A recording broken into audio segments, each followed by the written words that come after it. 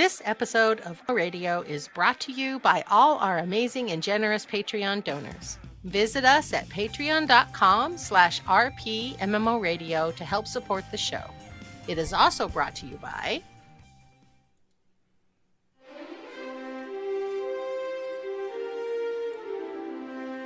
They wait all day and night. On the off chance you'll need them only once. They patrol your cities and streets again and again, keeping evil from your door. They have coin and cannot travel. A message from home, a lost relative. A need for 10 large wasp stingers and a bounty of the large goblin lord in the nearest woods. These are the unsung heroes without which you would have nothing to do. They are the NPCs. These brave, cowardly people are there for you in the bustling cities and the darkest caves in the most magical of hollowed dimensions. Sure, they may not be able to deliver a loaf of bread or a simple letter to someone standing a full and vast 20 feet away, but without their hard work and dedication to laziness, you would never level up. You would never get more coin or sell your fat loots. You would have nothing to kill and no motive to kill it. So today, we honor the real MVPs of MMORPGs, the NPCs. To do that, just take this voucher to your nearest merchant. I'd do it myself, but I'm no hero.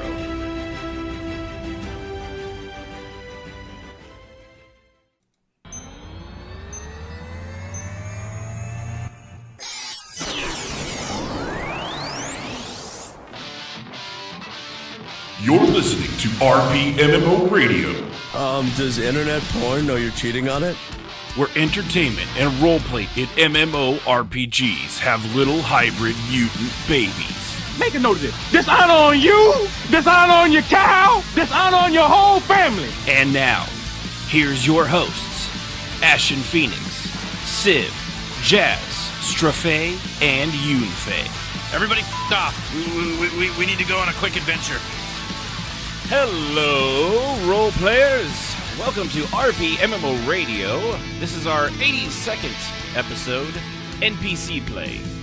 Brought to you by one of our listeners, Manningsquared, who did request it some time ago, but it was also after an episode where we also talked about NPCs a little bit, so we waited a little bit. So thank you, Manning, for the show idea.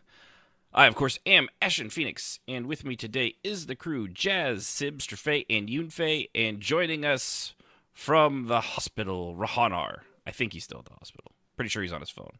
So he may sound like this, and he also may say things like, ow, don't put that there. I am indeed in the hospital, and no, you should not put that there. Yeah. So how's everybody other than Rahanar doing? Because I'm pretty sure we all know how he's doing. He's eating well. Doing good, Chief. Doing good. Mm-hmm. No complaints. Stuff in my It's been face. a week. Wow, you guys are fantastic conversationalists. It's been a crazy week. However, we're here. We're all ready to roll, and we're all happy. See these fake smiles? It totally says we're I happy. can hear it. You got a radio smile on. It sounds fantastic. I know. You have to have it. Radio That- smile. I like that. Yeah, he's got the face for it, too, so it works out. That's But true. thanks, everybody, for tuning in. Of course, we do this almost every Saturday, 7 Central Time, over at twitch.tv/RPMMO Radio. If you have not followed us there, you're a monster. You're just an absolute monster. You should take care of that immediately. It's so much Kinda like- more to... The same kind of monster that you are if you pull the seat back on your airplane.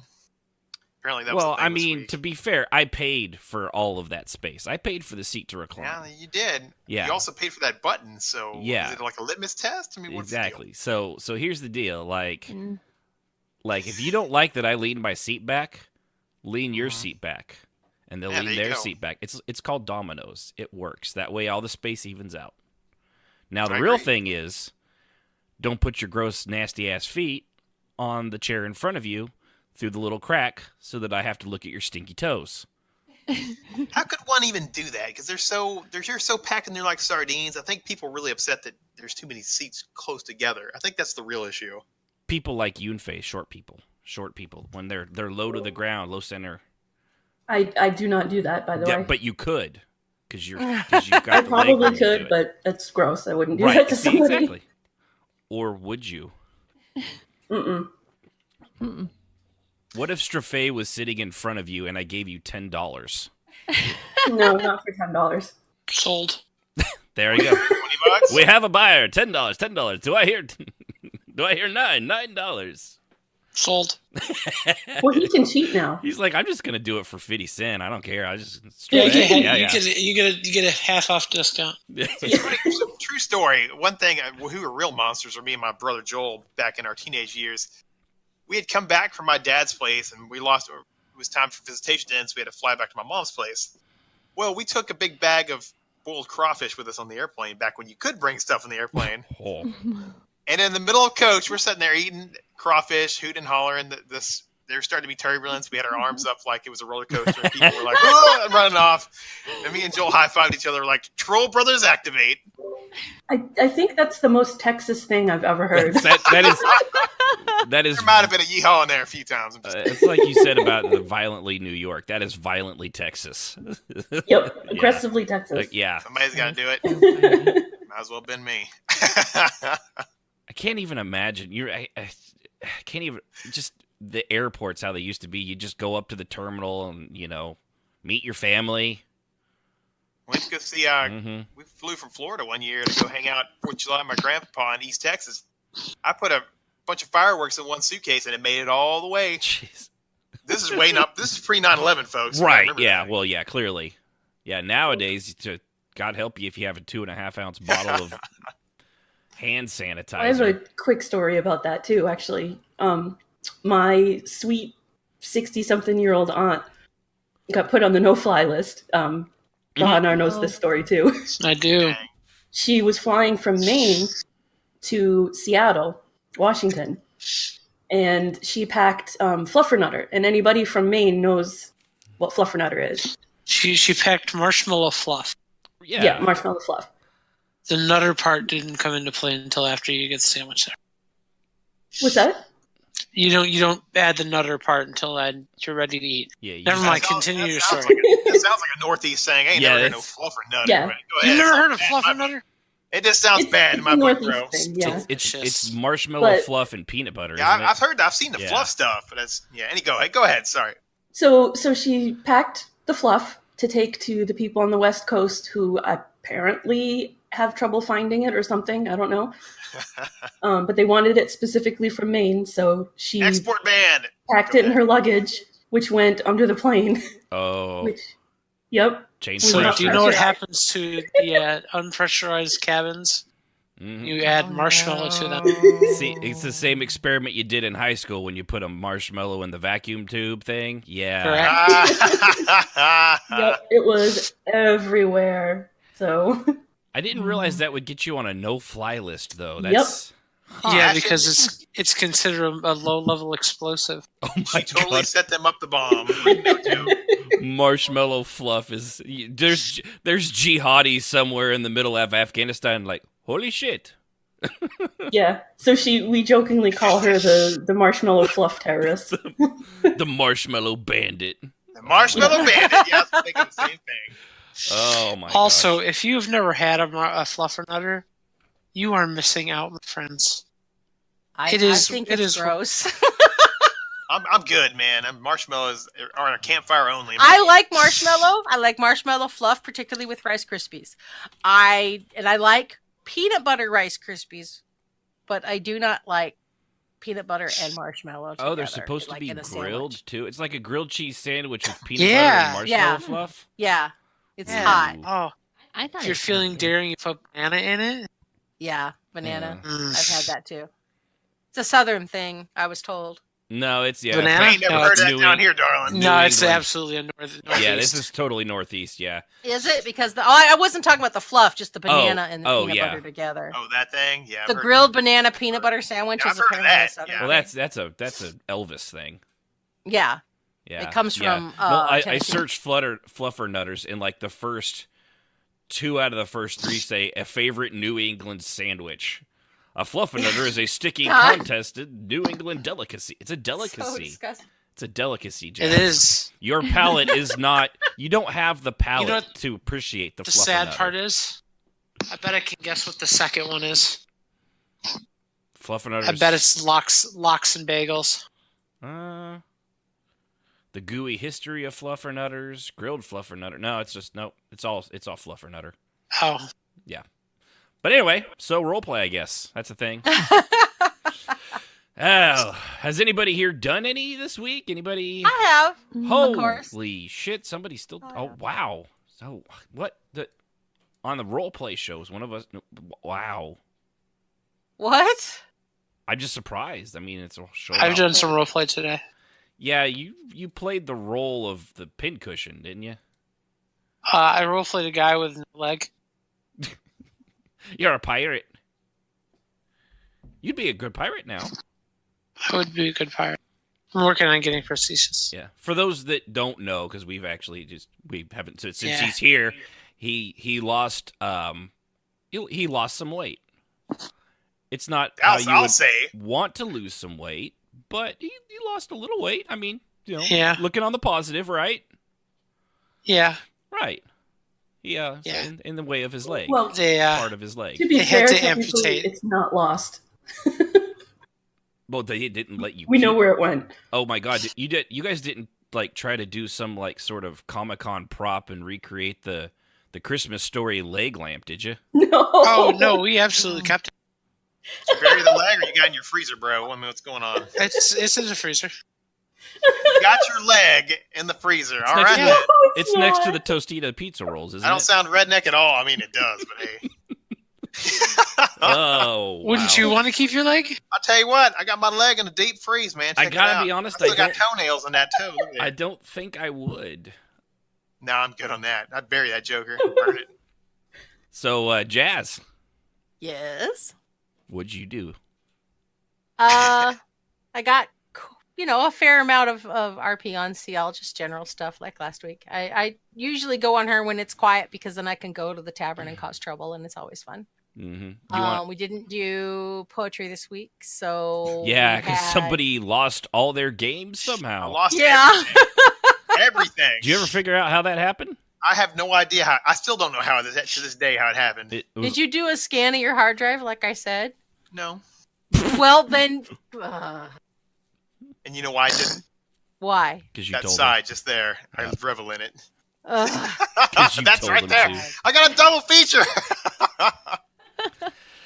So, Anyway, so I got some roleplay on Kia for Guild Night, and of course Friday night was quiet, but we still had some for Talvani night. But largely I was on CL most of the time. I'm reactivating a roleplay character in Guild Wars 2 and probably one in Tor. This is how desperate I'm getting to have roleplay. But I also went into on Monday and what other day was it? Another day that week I went into Fallout and leveled a little bit and hung out with my husband on Monday night and we scavenged. And I mean, if you're that desperate for roleplay, you can just go into Tor, go onto Fleet, and just be like, "I'm on Fleet and my legs are open." yeah, no, that's not roleplay. And no, I'm a although I girl in do real know that- life. there are some of my friends that still play, and so I would ping them and probably end up joining their guild so I could hang out with them. And I do still have an old friend in Guild Wars 2 that's been after me for a long time to come back and just make an appearance on Carrie. So Yeah, I do it's worth both. a shot, you know. I went in and kind of bopped around a little bit and got her RP appearance fixed and kind of figured out where, my God, I have a lot of stuff in my bags. Right. Because I just kind of basically stopped Just stopped playing, so I playing, didn't yeah. organize it anything when I left. And I still have people in my guild that I made. Some people didn't leave. There's 11 people in my guild. I was shocked. Huh. But I did spend a little time, like I said, in Fallout, so I have a little journal entry for that. So that would be the only other role play that I have to read. So Okay. Cool. okay. This is Journal 10. Well, hello there, Journal. It's been a while. I resumed my daily scavenging, making wider arcs out into the wilderness and camping where I can find a bed off the ground. Haven't seen my friends in quite a while, for the most part, but I have seen TA for a short bit. He made me some new armor and gave me some food, and a random guy I've seen a few times out and about gave me some food too. I must look hungry, right? Jeez. I eat. I swear I do. I just move around so much that it doesn't seem to help with the gaunt look I've had since my injury. That's my theory, anyway. I met a new guy that's local here. I don't know his name. So far, I'm mostly males and only one other female, that crazy one that I met with TA. I suspect if the gene pool is going to survive, us girls are going to have a whole lot of fun and a lot of babies. Right now, though, we're pretty all set on survival. The guys are all super helpful, and I'm too tired to question their motives. Free stuff means less shit I gotta find myself. So it's all good. I am starting to get hungry for things other than food, though. I may need to pounce one of these fine boys and get this itch scratched. It's always a risk, though, for disease or pregnancy or both. Ha! Yeah, that would be my luck, right? I keep looking for birth control or herbs that would help, but so far, nothing. No idea if I can even get knocked up, if I'm honest, and I've seen 0 kids out here. Maybe we're all doomed as a race and all these rads ruined it. That would suck ass. I mean, there were kids in the shelters, I heard stories. But I think we could make them at one point, but nothing since. Of course, who would want a kid out in this nightmare? Probably something I shouldn't think about too much. Anyway, I need to get going and get my scavenge on. Later. End. The end! Yes. Nicely done, Jazz. That is copywritten. You will owe me coin. Sounds like the terrorists who started infecting 76. I need to report this guy. Yes. So, okay. Well, anybody else have any roleplay this week? No. Okay. Found a cool Easter egg in 76 the other day. Oh, yeah, what's that? So, TA was on his epic quest to find more Nuka-Cola. Instead, he found a note. A note that said, hey, the marketing guys are totally going to kill us if they find out you stole this from corporate. So here, you take a key card. I'll take a key card. I'm going to see the family in Tanagra this weekend. And we just won't talk about it. I'll budge the numbers and everything go back to normal. This, of course, really intrigued TA. He's like, I have to find what this is about, man. So lurking around the bottom plant, he found one skeleton with a key card. Said 1 of 2. He's like, okay, well, I got this key card. Now I just got to find this Tanagra place. Well, after an epic journey through the cranberry bogs and north up past the Galleria Mall, he found what was left of this town called Tanagra. He knew it was Tanagra because the bus station said Tanagra bus station. Oh, that's cool. And then he saw something odd. He cruised into the bus station, and in a heart-shaped scrawl right on the wall, it said Jalad and Darmok with a plus. And then TA thought to himself, I wonder if they mean their arms held wide. Oh well. He kept going. Found this massive tree that had literally lifted the town off the ground and some 25 foot in the air. And he crawled it, he climbed up there, found the ruins of a house, and found a family of skeletons and another key card. 2 key cards, huh? Well, this is cool. What do I do now? Through much wandering, he ended up back towards the empty lake and the lake lodge there, and he was lurking around looking for goodies, specifically Nuka-Cola. And he found a basement that had 2 different key cards slots, and next to one it said 1, another one it said number 2, then +2. He mused for a minute. He's like, I wonder if he means 2 seconds. So he tried the key card in 1, waited 2 seconds, tried the key card in another, and lo and behold, a secret door opened, and there was a keypad. Luckily, he'd saved the notes from that he had scavenged in Tanagra, punched in the code, crossed his fingers, and said, congratulations, your Nuka ward is here. And another secret door opened across the way. He lurked out there and found a key to a TNT Dome number 7. He's like, I seem to recall this place where I got my Nuka paint job.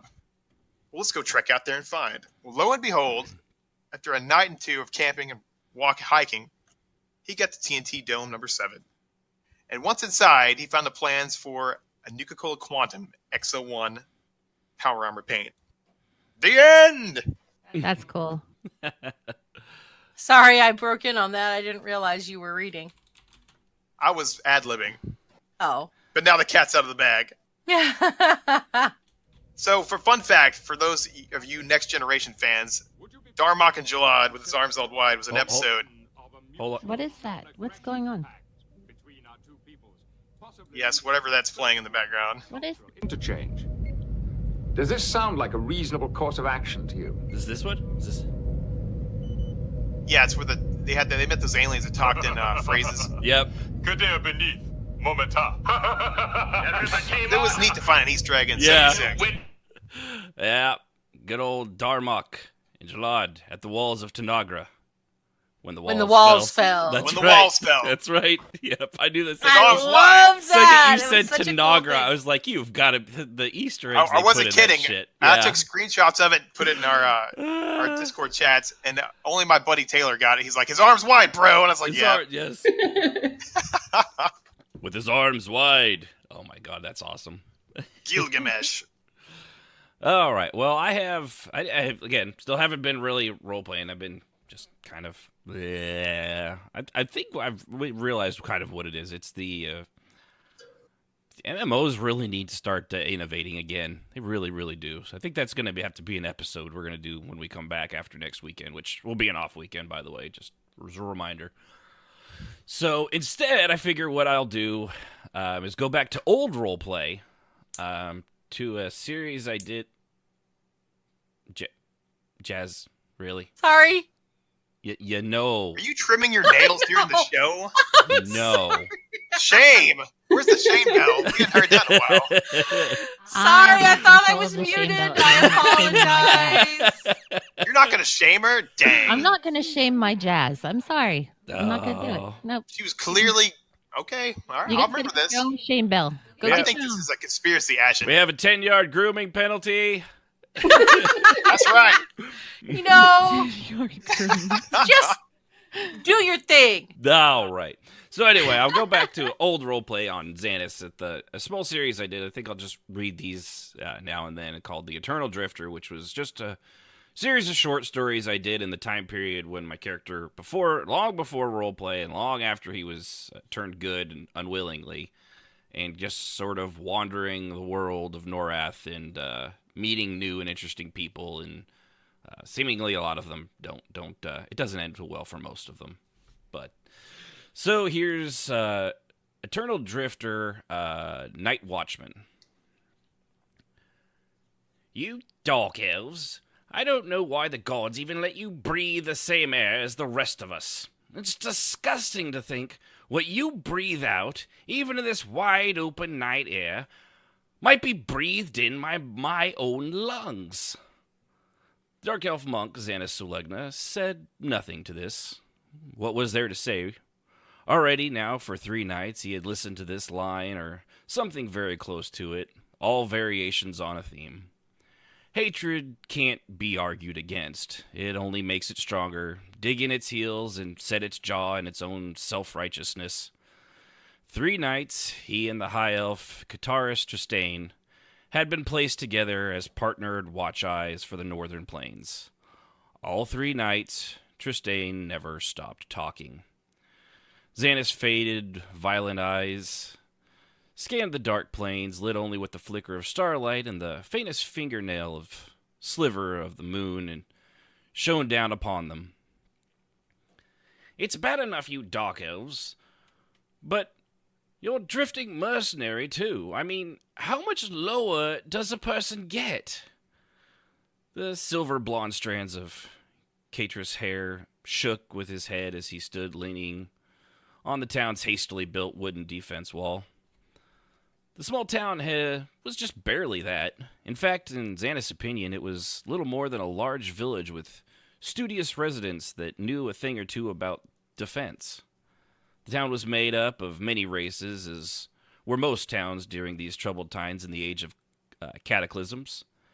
It had been years since the last major shake, but it had already been 50 years into this horrible age of destruction with no end in sight.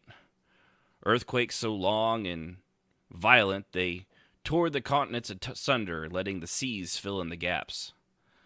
This town was just one of many scattered across the shattered piece of a continent. Mixed people, mixed cultures, all trying to survive no matter what they were, elven, human, halfling, gnome, or in this case, even the hated dark elves. Though they and the other dark races were shunned and formed village of their own, it was just this reason he had been hired. A neighboring village of trolls, ogres, and orcs had decided that 5 miles between the two were just a little too close. Already they had attacked twice, both sides suffering heavily. The tiny town had sent out word to hire strong mercenaries to help in their defense, even erecting the wooden guard wall he now stood on. Xanis had been passing by the tree when he had seen the posted notice and headed for the village. "I still think you're a waste of town's coin. We don't really even need you." Catrus' light blue eyes scanned the thin but muscular monk, though his night cloak in the starlight covered anything more than the shadowy black outline. "You don't even look like you could swing a sword." Turning to him, finally, the dark elf's purple lips parted in a smile showing clean white teeth and nodded. "I do think you're right, Catrus Thane." This agreement only made the high elf more frustrated. Spitting over the side of the 20-foot wall, he did, however, stop talking. The ex-Shadow Knight turned monk knew a thing or two about hate. It had been his world in service to the armies of the dark city of Neriak, commanding death and destruction against the surface. Plays for power over former comrades, spreading hate in the name of the Dark Lord Father Inaruk. It is a vice that, once placed upon the heart, gnaws inward like a parasitic worm, feeding and growing stronger with every act, a parasite that could only be destroyed by shunting pride and preconceptions. Something glinted in the distance. Xana's foot kicked out the back of the high elf's knee, causing it to give and collapsing him like a sack of wet sand as he cried out indignantly, "I knew it! You're on their side!" But his words cut short as a whistling arrow passed in the place the angry man's head used to be. "We're under attack!" he shouted. And at the same time the realization his life had just been saved struck home. The dark elf stared into the starry night as the incoming bandits' torches lit up the fields and their charge began. "Come, let us do what we can." It had been a small force, but a small force of ogres and trolls is an army unto itself. The villagers fired arrows, stone, steel, and fire-tipped into the black waste of the plains. Those with magical ability used what they could. A small force of villagers broke out into the battle to take them head on, led by Trithane and Xanis.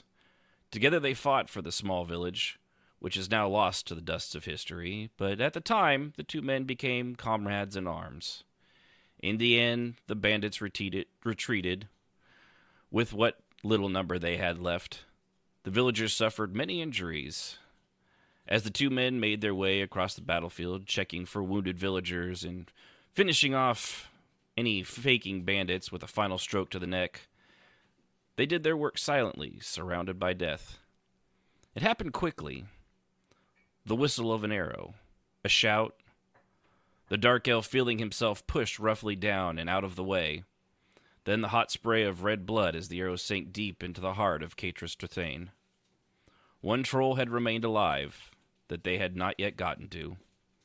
With his dying strength, he had fired an arrow straight and true at Xanis, but his troll body had given out before the arrow even found its new, unintended target. Xanis knelt close to the paling high elf. The wound was fatal and had pierced the heart. There was only the time left that his body's current flow of blood allowed. "Why? You shouldn't have." Coughing, Trithane replied in blood-stained lips, "You saved me. One does not watch a comrade died when he owes them his life. You people are murderous bastards, Xanus Sulegna. But you... He never finished his last words. The sun finally rose upon the battlefield, and a new day had risen. Go, Catras Tristane. Go without hate beyond the veil. So that's my old story. The end! That everybody's on mute. Very well done. I was listening I was gonna intently, start talking, bro. and I was like, I know, I wait a just minute. wanted to make sure. It's like, oh, I know. I started talking, and I was like, wait, I'm on Yep, mute. that's why I said that. Yep. Very well done. That's a goodie and an oldie. I love that stuff, man. You did those so neat. Yeah, I think I might actually go and do all of them, but we'll see. We'll see. If people enjoy it, we'll see. I did enjoy it. That's one of my favorite things I've probably ever written. Your was a series PSAs of were awful those. good too. Oh, yeah, I forgot about those.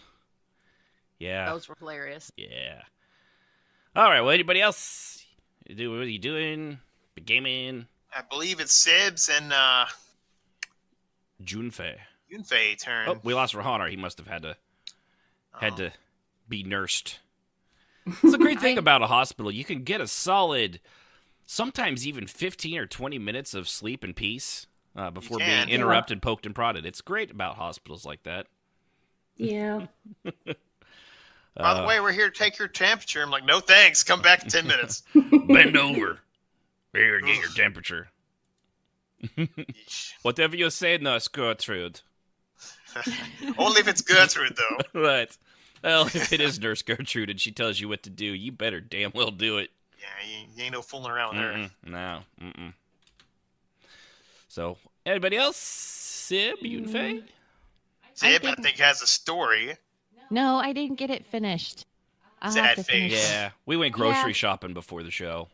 I was pretty much down all week because of my allergies.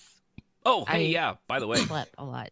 But I finally got my shot, and I feel really good now. So. Yeah, fuck you, I've been- dogwood trees. playing Fallout the last couple days. It's been nice. Yeah.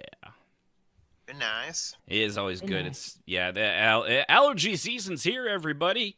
Yay! What We about all the get to uni feel story? like shit. No, I've just been unlocking people in Smash mostly. Playing random indie games.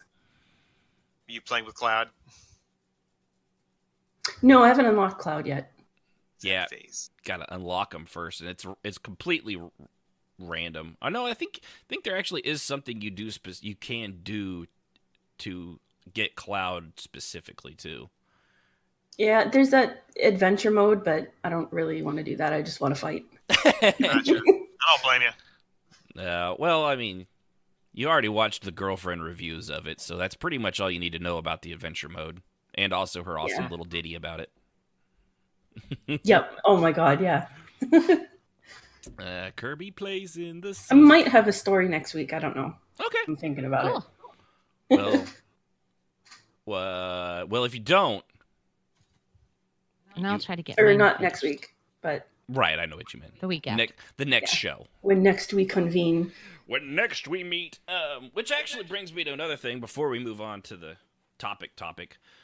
Something Yunfei had suggested about what was it, Tabletop Simulator? Yep. Yeah, so we'll probably we got it. Apparently they had a 4-pack, which is like $20 off if you got that instead. So we got everybody here. Some of us already had it. Others, me, Jazz, and I haven't downloaded it Sib. yet. Right. Well, you can download it. You know, I think you're on like a 56 baud now. You're up to connecting through AOL. You can download. No, you'll have it's it actually downloaded in no reasonably time. fast considering what it used to be, but it still will probably take me all night. But Yeah. that's still better than it used to be. It It only is. took me overnight to download Guild Wars 2 in its entirety, and when I bought Guild Wars 2 10 years ago, or however long it was, Yeah. 8 years ago, it took me a week to download it. So Oh my god. my internet is better. Yeah. Well, and at least this one's that. I know that tabletop. That's not nearly as big as an MMO download. It's hefty, but it's not that big. Although I've tried to load it up twice and it's crashed both times, which is awesome. Oh, geez. Well, Yeah. we'll have to sort that out. I blame the everything. I don't know why. Yeah, just it goes to the little screen and then it just loads and then loads and loads and loads and loads, and then I click on it. It's like, this program has failed. Which program? The tabletop simulator. Oh, well, I haven't even tried. Let's hope that's not a thing. Yeah, It's probably just some simple setting somewhere. I'm sure it's some stupid thing. And I only clicked on it twice, before the show. I was like, yeah, let's see if I can get that up and running. Take a look at it, and then nope, I can't. Nope, can't be done. It's impossible. Nobody can do it. Is it really? Excuse me. It is the bug. It is a bug. So, all right, well, moving on to our topic. We actually asked a while back if anybody had any show topics. One of them was from Indigo Jules about something that we did, not last week, but the week before. And this one's from Manningsquared. Hello, Manning, if you're listening to this. Hello, Manning. Good on you. About NPCs. Call from Ben Wilson. Hold on. And that was a message brought to you by Unify. So, if anyone is ever wondering what their last name was, you can edit that out, I hope. It's Cox. I might actually just go back and do like a beep, like it's a curse word. But yeah, I'm sure he's probably calling like, they're poking me. Or he lost connection because hospitals, lots of lead. Hospital internet sucks. Yeah, and all the lead poisoning. I mean, shielding. You call it what you want.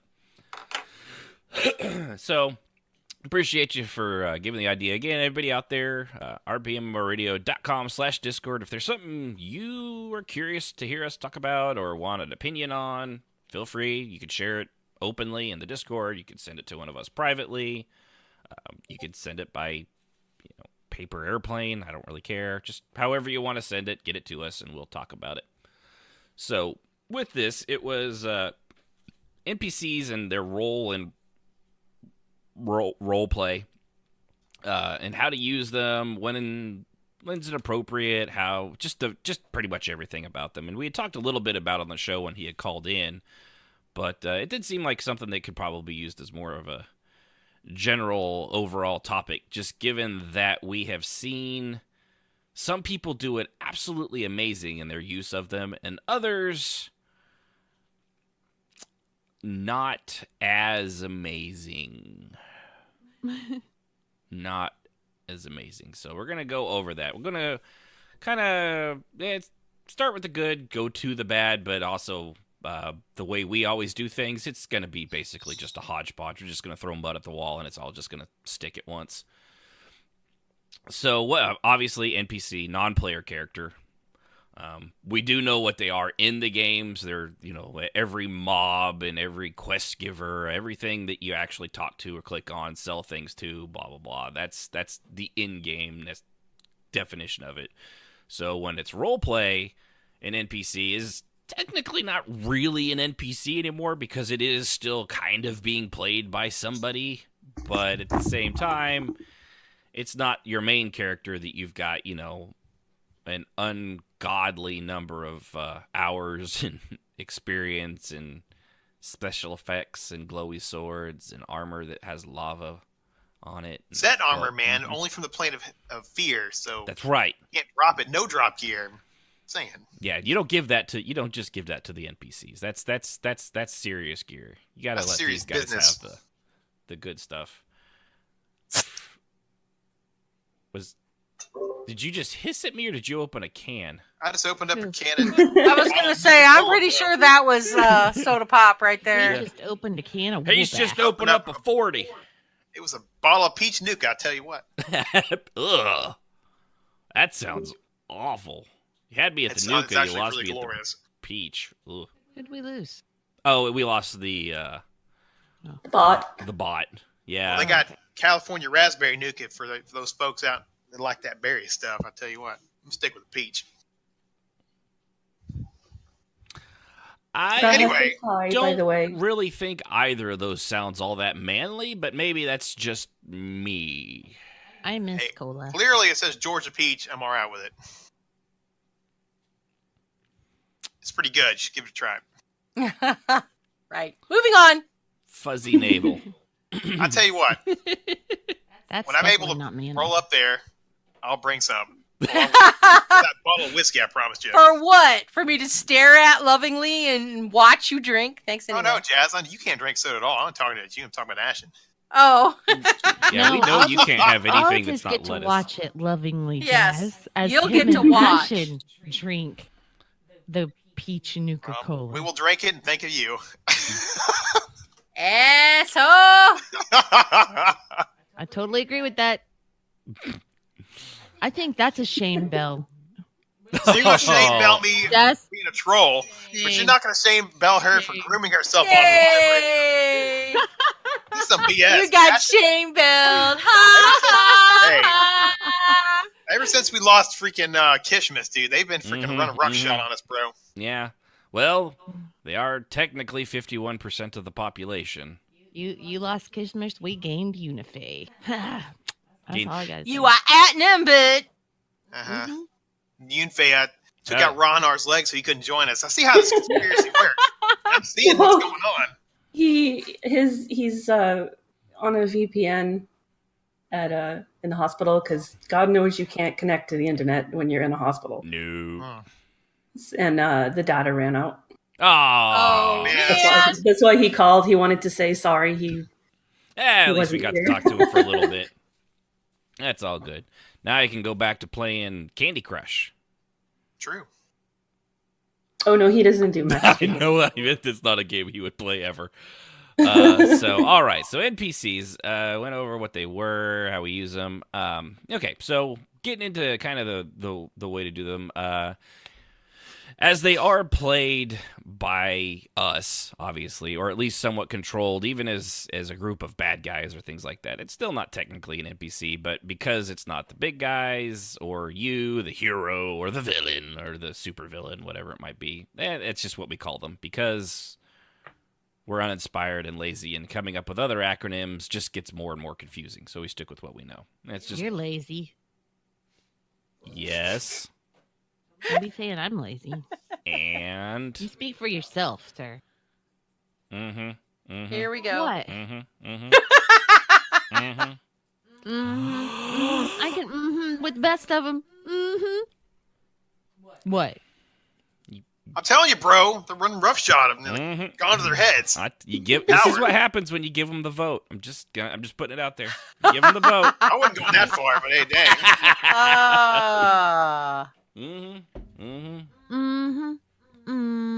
I would snap my fingers if I could. I don't. That's as good as it gets. It's actually rather pathetic. I have very moist fingers. Moist? You have moist Moist. And Pray there tell, goes sir. my Pray tell. Moist. Moist. Oh. So wow. NPCs, yeah. NPCs, all right. So a lot of times when they get pulled out, you can play them in an individial scene or as kind of Wait. group of blank-faced bad guys. I know where she's going with that. Pulling out. He Oh, no. said it, not me. He said when you pull them out, I'm just like, I thought you didn't pull out. Yeah. yeah. I mean, I don't. So NPCs. I told you I had my shot. I feel really good today. Speaking of things that Wow, are... somebody's getting red. Shoot. All right, so yeah, you play them as an individual scene or a group of blank-faced bad guys. Typically, a lot of times they come out as a group of enemy NPCs because, let's be honest, using another guild of people to be the bad guys is always just a nightmare waiting to happen. It is not to be done. Yeah, it's Don't just... be tempted. Just don't do it. Yeah. And at least you can kill these guys. You can't kill the other ones. You can't kill the player characters. So it's always fun when you have a group of NPCs. Never to fails make because things they go roll good. something for you and they're like, I don't know, I'm kind of attached to him. I don't think I want him to die. Well, see, and that's not playing an NPC like your guy last week. That's just being an asshole. Yeah. So they also make good filler in a story arc or an event scene. Think of it kind of like the difference between a game that only has a few people visible, like like the old games. You know, you're in this it's supposed to be this vast metropolitan city, and there's like two dudes and one cat walking around, and that's like that's your representation of New York, as opposed to kind of the modern games like Witcher 3 or the Assassin's Creed, where the NPCs are bustling around, and you know, it actually makes it feel like a lived-in, fleshed-out world or story. And using those NPCs for things like that in RP often is good. You know, I've seen what's the lizard leaks? Is that it? In Riften, yes, Leaks. Yeah, he's an NPC. Leaks when struck is his whole Leaks name. when struck, yeah, which is terrible, terrible name. Great, but terrible. But he's the NPC at the bar at the Riften in ESO, and nobody controls him, but everybody uses him in a lot of ways. You know, they're all like, "Hey, Leaks, how's it going? Keep the change. Thanks, you know, this is great." And you know, they don't really ever give a response. It's just like a one-sided interaction with it, and everyone pretty much universally just goes along with it. I've never really seen anybody like, "Man, you can't do that." Every now and then you get somebody that feels that they have to roleplay that, like they're the boss of that NPC, or some super duper control over them, or like they're part of my vast spy network. Right, or they're this is swill, and splashes it in the face of Leaks. Oh God, that pisses. See, there's my pet peeve right there. That bugs me. Which goes into our later one of godmodded. People who come into a tavern with an NPC and then they have to sit there and bitch about how terrible the service is, how terrible the alcohol is, or the drinks, or that they're watered down, or they're cheap. When everyone that just makes me insane. And everyone else around them is like, network thing. I'm always like, all right, Mr. Bond, what else you got up your sleeve? Well, that's kind of RP baiting right there. Well, yeah, it is. Yeah, they're basically just going in and playing with themselves. She's using this poor NPC as an excuse. Yeah. Well, they're also using, sometimes they use the NPC as a way to god mod information they already know. So either way, it's not okay. I've said before that, like, I had a character that worked in a bar, and she was the manager, not the owner, and waited at all the tables, and so she had a playful relationship with the guy that was the NPC. But what he did when she wasn't there, you know, she didn't pretend to know. Right. Well, because you weren't there to know it. Right. Yeah. So I couldn't really go that way. But it always made me insane when people would be like, "This booze sucks. How can you work here?" Well, I don't know what's wrong with your taste buds, but it tastes really good to me. Well, and then everybody else, typically it's always it's an outlier. Doing it as a negative is typically the outlier. Most other people are like, "Oh, this place is great. The service is fantastic," and it's like those signs that you see every now and then on the internet. It's like, one of the worst tacos ever, according to one guy on Yelp. You know, and they actually put it on the front of the building. That one guy, right? Yeah. Yeah, well, I love those places because they actually put that on, like, the marquee sign in front of their restaurant. I mean, I'd go eat there because at least they're making fun. You know, they can take a joke and take one idiot. Yeah. Oops. What's oops? I hit a button on my keyboard somewhere, and apparently that is the mute Ashen button. I did not know that that's what that button did. Learn something new every day. Sign. Yeah. You're not supposed to be talking. G6 on my keyboard, which apparently We're taking over. It's assigned on my Logitech, and I don't know what that button's assigned to. I'll need to look into that, because that would be a convenient mute button. It's just telling you. I think Sibs is sabotaging you with that button, bro. I think so. She's being mouthy tonight. What? Clearly, I need to shake her more. Shake me more. Shake? I'm going to shake you like a British that nanny. That went to bad places anyway. Shake it off. Shake it off. No Taylor Swift. Did I get it right? Was that the one? You did. Very good. I'm impressed. You got that right. I know that because I had to edit a video or a soundtrack together for my nephews. They were doing a talent show of different songs and music, and they gave me a list of songs they wanted me to edit together, and that was one of them. So I learned.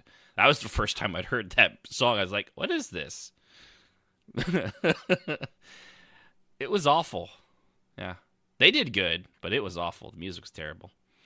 Also had a little Michael Jackson in it. In retrospect, for a bunch of 8-year-old boys, probably not the best idea. The best right. choice, yeah, well, this was years ago. We didn't know. Well, we even technically, then, guys, we kind of, I mean, Corey Feldman was pretty fucked up after bidding with that guy. So, I mean, we kind of did know. I mean, he defended him for a long time. Yeah. And I can't, you know what? The guy's dead. I can't judge him because I don't know the full situation. No, it's true. There's been a lot of money grabs on rich people. So, yeah. I think that he's too long, too dead, and to just let the matter lie. Yeah, it's like he's a punching bag, a well-worn punching bag that they pull out when they need something to talk about. And it's a sad deal. Yeah, it is sad. All the way around, no matter what angle you're coming at it, I guess. You really got to think of it. It's sad if you when you really stop to think about it. All of our icons growing up in the 80s and 90s are just demolished. Hey, I still love Michael Jackson. I just leave that. I look at his music. I leave that crap to the side. Cliff Huxtable. I know, right? Dang. Bill Cosby. It's like he was like your second father, and now the pudding pops. Oh man, you know what I would give? There are eggs in the cake. I would give Strafay to get a pudding pop again. I cannot find them. I've looked for them. I grew up with them. I loved those pudding pops, especially the ones. Dang, I'm catching it all tonight. What? Give me up for a pudding pop, freaking $20. Well, I mean, I was promised whiskey, and I have yet to see whiskey. So at this point, I'm getting my pudding pops. Wait a minute. So exactly what would you give Strafay? I mean, I'm just curious. You said I would give Strafay. He would give me away, is what he's saying. Yeah, I would give him. I would give him to anybody for a pudding pop. Hey, he didn't say to give me away. I'm surprised. Oh, I like you. You do things and stuff around here. It's just like you went grocery shopping. That was awesome. That's useful. Oh, dang. Oh, my goodness. That's right. So, yeah. NPCs. Versatile. They can be strange, serious, over the top, much like the people on this show. It doesn't matter too much, as they won't be around long, and nobody really cares what happens to them at the end.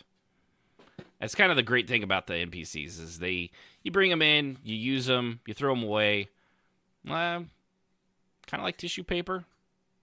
I care. Or women at the high school from the next town over. Yeah. Dang.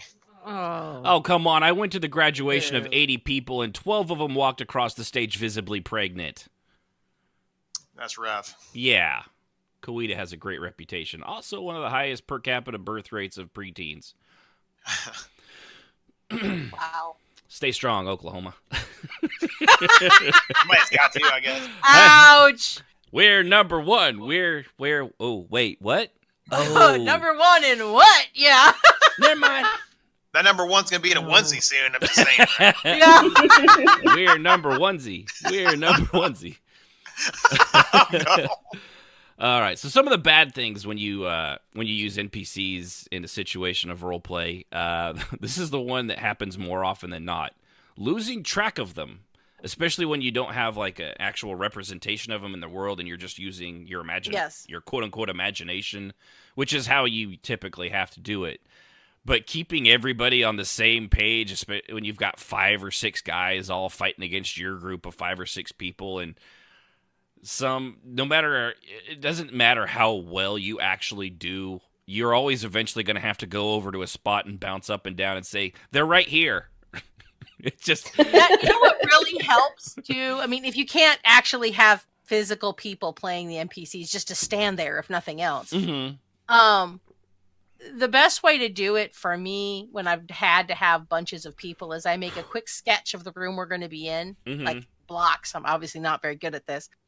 Not like it looks like it, but an idea, and then I draw circles for each one.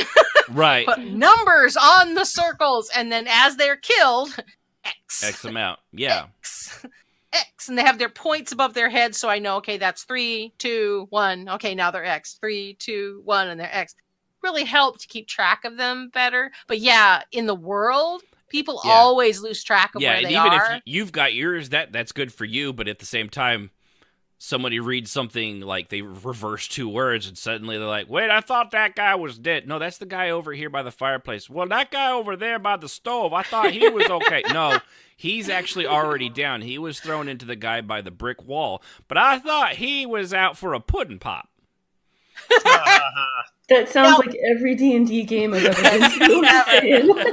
You know, one of the fun parts about EQ2 that I miss was being able to make a dungeon of your own, and then you could just we put those dummies, those NPC dummies, yeah, NPCs standing in certain places, and it was great.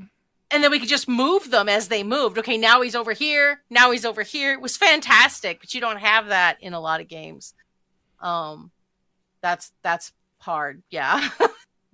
Where is he? We had that in ESO when we did that big thing with Foley, keeping track of where everyone was in that room and keeping track of who was dead and who wasn't was a challenge. It was a challenge.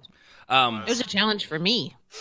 I've actually used NPCs before in crafting backstories. For instance, Ringott's EverQuest 1, his parents, his dad's name anyway, he's a walking NPC in Neriac Third Gate. The mother I just made up, but I had to have some link to the old world, and I was like, well, I'm using this dude. And you have some random guard walking around in old school. No, he's a noble in one of those. There's two big houses in Neriac Third Gate, and so I use those, and they're rivals, so I use those against each other, craft a story. And I think that's cool as long as you don't, claim you're the son of Luke and Delir. You know what I mean? And in that too, I mean, you were in EverQuest 2 using an NPC from EverQuest 1 that's just 500 years gone. I'm pretty sure you're safe on that one. The chances of you running into another role player that says, "No, hither, that was my father," it's pretty slim. He was pretty obscure. He kind of pathed around his little manor. Yeah, just pathed around his manor. And on that same vein, what Indigo Jules has said here in the chat, that Jorah, their character, daughter, is an NPC. And NPCing, as much as I hate them, your children in game is also a large and mostly done thing. Very. Yep. I have one in ESO right now that I have a toddler, and I'm not going to. I mean. One, you can't create a toddler. You can't create a toddler, but there are a lot of people who... Remember in EQ2 we could shrink our characters? Oh, I missed that was kind of cool because you could actually have the kid and just shrink it down. And they were also super fucking creepy because that 8-year-old had a giant set of boobs or I know, or muscles that could crack a walnut between his forearm, Kind of creepy. Yeah. But it was nice because at least you could make... Right. Like a little kid NPC, and you can't do that in most games. Yeah, and if you made him something like the Soga model of half-elves, or not half-elves, like halflings, they were actually somewhat cute, or gnomes. They were, they had that childish face. Yeah. Especially halflings were believable little kids, especially if you shrunk them a little bit. Yeah, like was it Fortuna? She always had a very childlike look to her. Yeah. And kids can be NPCs easier. What bothers me is when people have a kid and the next week they're grown and they're walking around as a toon. Oh, yeah. We covered that in the Instant Family. Yeah, but I mean, you see a lot of people because they're like, well, what am I supposed to do with this kid? Oh, I don't know. Pretend. Raise it. Well, Use your rainbow imagination. I mean, and if it's up to me, I'd grab it by the ankles and smash it against the nearest tree, but that's just me. Because I don't think I don't like roleplay kids, but maybe not everybody goes that route. I don't know. You all have your own likes and wants. Me personally, I'm really not into. Every now and then it makes sense for the roleplay, but yeah, I'm as a rule, I'm anti. I have 4 of my own. Thanks. I don't really need to make any of them in make believe game. And yet, but I have one. Yes, I have one. Now, and it made sense. You had a parcel of them before. Well, yes, in other games. In EQ2 it was easier because you could just a litter, really. Yeah, shit. I had a lot of kids. But that was over a 10-year period, which was technically 25 years in game, or let's see. It was 10 years, so 40 years in game. So a litter of small children. There were a lot of kids and adopted people. That was just Vaca was obsessed, man, about adopting family members. So. Yes. Vaca. Dude, but, oh my goodness, was not even started. Yeah, using NPCs as your baby children, that typically gets used a lot, and all the bad stuff that comes along with having NPC children, like including bringing them to a tavern. You're no longer interesting or fun to be around. Basically, yeah. And lastly, and you guys, I think most of you all remember this one, at least the specific I have about it, godmodding them. I'm just going to pull this out randomly from my imagination, of course. I have an epic ×4 bodyguards with me at all times. Oh! Yes, we remember that, don't we? That made me so mad. Yeah, I'm the leader of Freeport's militia, and I have with me at all times 2 epic ×4 bodyguards that nobody can beat me with, and I can't, you can't touch me, you can't get near me. I'm impossible. I'm invincible. Yeah. You cannot do it. But you have that in every roleplay game. I mean, we had that in Guild Wars 2. There was a lady was a councilman who claimed that she had 10 guards around her at all times.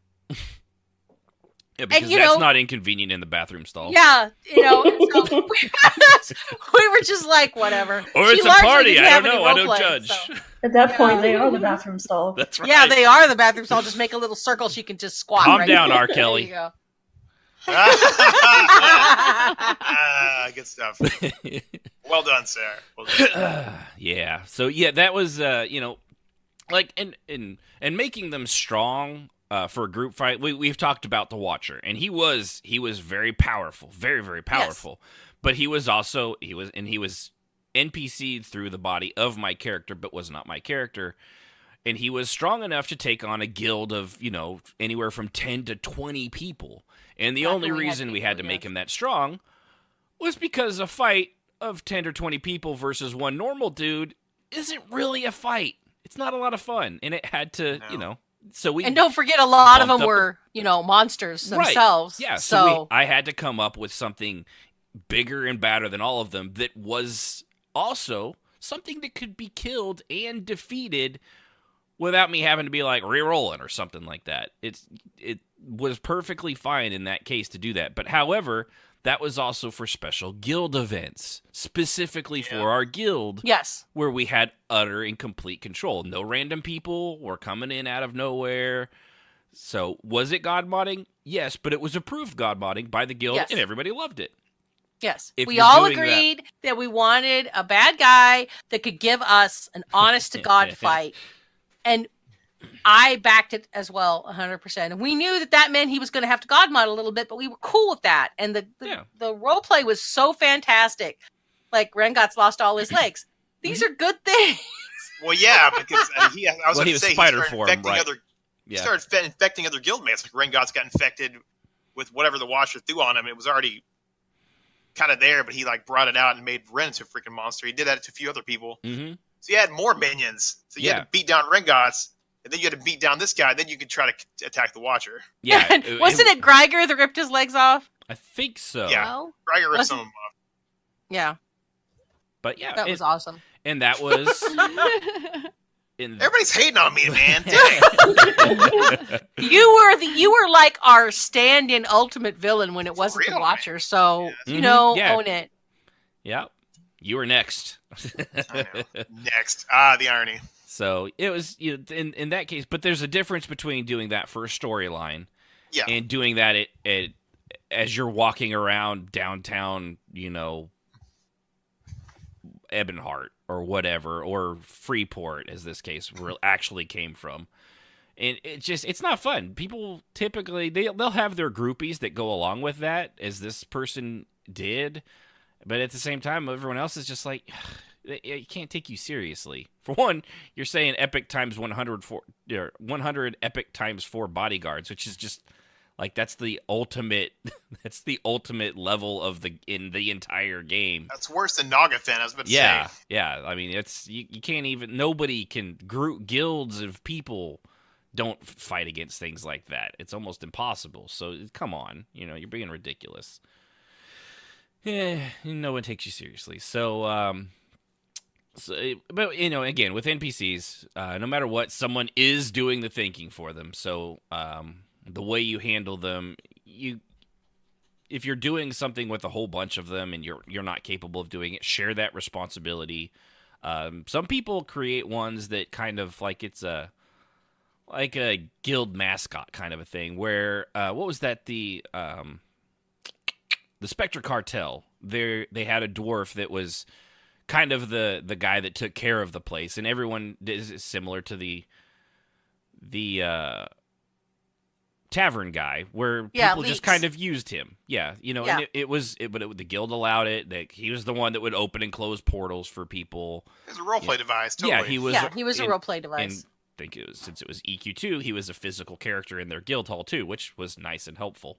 And like we had one in our bar who was the bartender. What was her name? Navi. After Navi. The Navi fairy thing in Zelda. Yep. Zelda. Yeah. Yes, that. Navi. Navi was our bartender, and she could be, and everybody had permission. I said she's a snarky, mouthy bartender. Have fun. Yeah. and people did. She was always witchy at everybody. It was great. And you didn't, but in of course, in that case too, it was the guild. You didn't, things you don't do. You don't abuse her. Because she's NPC. She's part of the guild. So you don't do this is swill splashes in face, you know. We actually had somebody do that one time, and then it wasn't me. Didn't they get Who their was ass it? whooped? It was Nex. Nex RP'd out that he was Navi, you know, making it her voice. And she hit him with a lightning bolt. It was fantastic. Yeah. And he was like, she can't do that. There's no fighting in the bar. And Nex was like, she was like, you need to go read those rules again. It says you aren't allowed to fight in the bar. I, however, am perfectly allowed. I run the bar. I can do what I want. It's my hot body. I'll do what I want. That's right. And he had sent me a text on my phone because I was elsewhere. He was like, okay, so this thing just happened and this guy just threw a bunch of ale in Navi's face. Permission to roleplay Navi. By all means, have fun. Yeah. Make it so, number one. Make it so. But so, all right. I don't know if someone highlighted that, then they didn't, and it totally threw me off. NPCs can fill a spot if you are lacking role players. Merc number 1. Yeah. Merc number 2. Yeah, and this kind of goes into, like, it really is what we said earlier, like, getting two groups of people together, like, trying to have another guild play your villains or something like that. No, don't do it. It's always so spotty, and really, if you're not unless really you know good, them really, really well, right, don't do it. Yeah, I was going to get at, if you're not one-on-one and you guys aren't, basically if they aren't like a sister guild that you already almost do everything with anyway, just use the NPC. Herding cats, don't do it. Yeah. The egos get involved, feelings get hurt. Someone says my feelers, someone says my immersion, and it's all over by the crime. My immersion! That's right. You also can use them as the villain or as an extra. I would say hero, but let's be honest here that typically you're the one being the hero as the role player, and unless of course you're also a lot of role players, in which case you're technically the villain that thinks they're the hero. But you get the point. Well, like in Silver Circle, we were technically bad people. Yeah. Well, so every now and then, one of the officers would roll a temp throwaway tune as an NPC, basically, to come in as a dun-dun-dun, I am a paladin to smite the evil, and would come in. Yeah, it was always fun. It just kept everybody on their toes, and it was fun. Yeah, and that guy would show up at Rengots is like, I'm going to the underfoot. Y'all have fun with that. Yeah. Don't let them touch you. You don't know where those hands have been. That's right. Probably holy water. Or up, what's her name's twat. Yeah. Dang. All right. Baka said that one time, by the way, to a paladin. He was like, these hands are blessed. She was like, from what? Touching, what was her name? Tanar. What? You had your hand up Tanar's butt? How funny. Yeah, Vodka was awful. Yeah, well, to be fair, too, though, the majority of people that played paladins... they were easy to pick on. They weren't exactly what you would call holy knights. No. Most people that played paladins were dark paladins. Every now and then we'd get somebody that played a true paladin. But they always felt that they should be able to win automatically. That was always annoying. It's kind of like people that play Jedi. Are you really Yeah, they're playing. They're playing dark Jedis. Almost everyone that I knew in Tor that was a Jedi was a gray Jedi. Almost nobody roleplay except for I think Stray. You had one that wasn't God's honest, true. It scared the mess out of Kiki. Yeah, totally scared the crap out of her because she was like. Go ahead. No, go ahead. You were the right. Lady killed his master, and so he's a Miraluka, so he used scraps of his master's robe to make his ceremonial mask. And he ran across her, and she's like, "Don't you want to kill me?" It's like, "No." Revenge is not the think Jedi you were. way. I think you were lied to. In fact, I think you should let go of some of your anger. We'll talk about it. She got this wide look and freaking ran for the door. She did too, and she just turned and ran. It was hilarious. I would be a lot more comfortable if you just tried to kill me right now. Let's be honest. Yeah. That's what she said. She's like, that's what she said. Exactly. I would really prefer it if you would just try to kill me because then I can fight you. Yeah. There is no anger. There's only peace. And she fled like her tail was on fire. Mm-hmm. Yeah. See, and that's good times. Speaking of Tor, though, that's actually a good subject to talk about too. How do you NPC the companions that the game gave you? I never did. Yeah, I got that here at the bottom, actually. Specifically. Oh, okay. See right there. Oh, wait, you don't have it up. That's right, never mind. But yeah, we got that. We'll get that. Because that is... I almost never roleplay any part of the game within my roleplay. It's just... Other than the basic lore, that's it. It's typically just a giant... It's a whole... we'll get down to that unwind. Because if everybody has the same companion and they all use the same stupid names...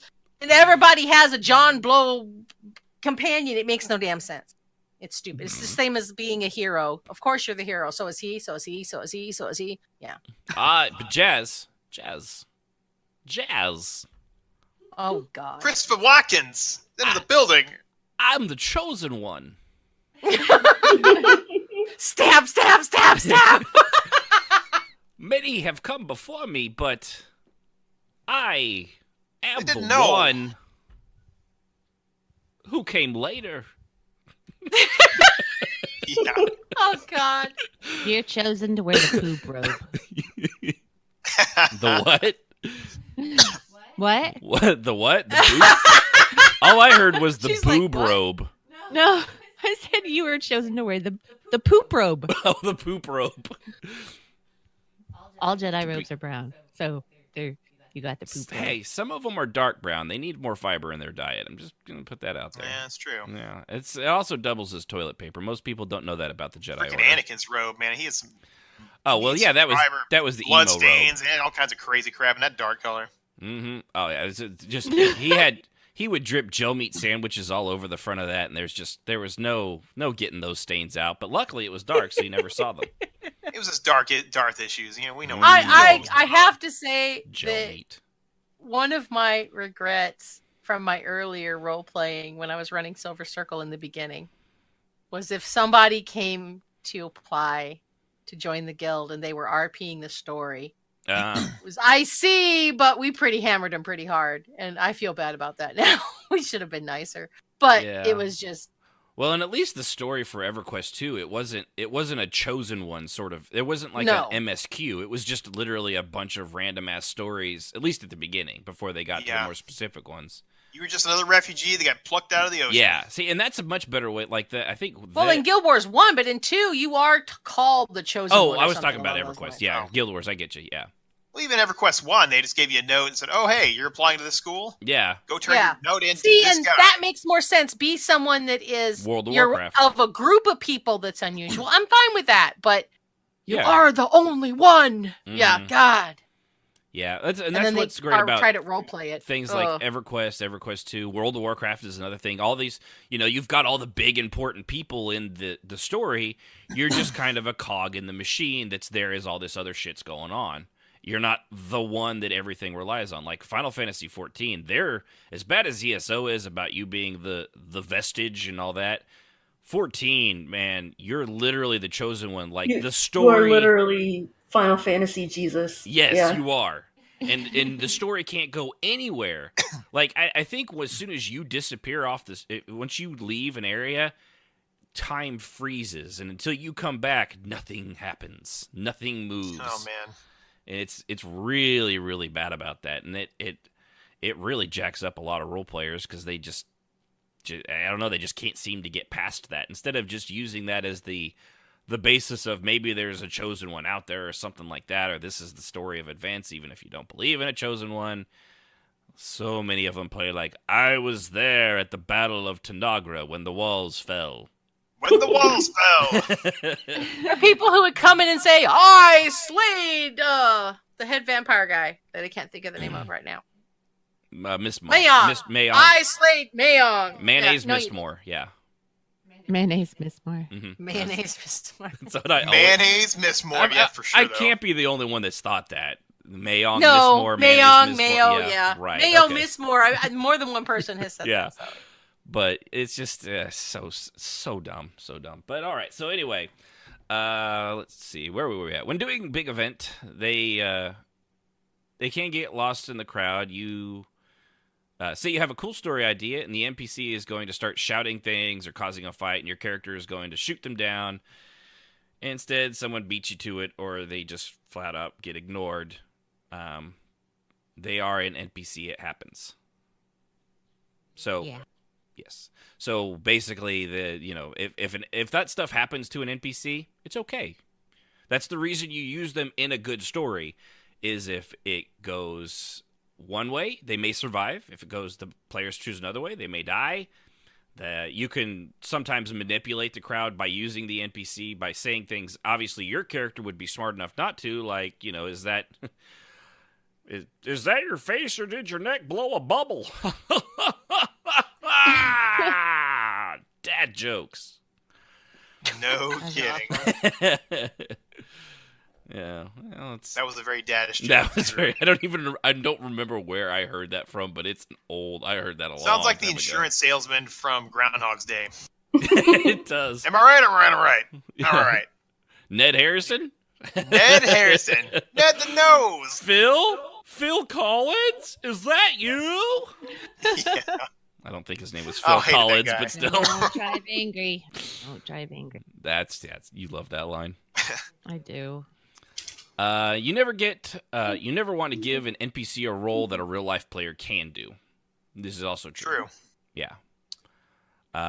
Sometimes, given the big bad villain, if you actually want it to be able to be killed, probably that's a good one to NPC. Like Strafei, your bad guy in pronounce it for me. I always want to say jail. Jail. No, jail's right. Jail. Okay. Well, apparently I want to pronounce it correctly. Fuck you me. It correctly. But with that, like you have really you have a way. I'm sure you hope it goes, but also at the same time, you've rolled it up, and what will happen will happen. Yep. You know that going in. Depending on roles and what players do, and then we'll have to alternate, and you can go with role play. Mm-hmm. Yeah. You can't script it, or else it's going to be boring. Yeah, and if you go in knowing in advance that they're going to survive no matter what the other people do, especially for a big story arc, it can be kind of boring. I got a plan for if they go one way, and have another plan if they go another way. Mm-hmm. And then there's a wild card option if players do something completely different. And now for that's how D&D stuff too. I mean, the players love that crap. Yeah. They feel like they got control. Well, it's the illusion of choice. I mean, yes, are they still choosing? Yeah, but it's kind of like when you choose from in Mass Effect. You got 3 choices. It's all scripted, but it's still a choice. It's a limited choice, but you're still making a choice. That's how I do it. And then just like Mass Effect, good comparison. Yeah, and unlike Mass Effect, when it gets to the end, hopefully your choices will still have mattered. Yeah, that's true. Instead of 2 binary endings, one of which just has red and one of them has green.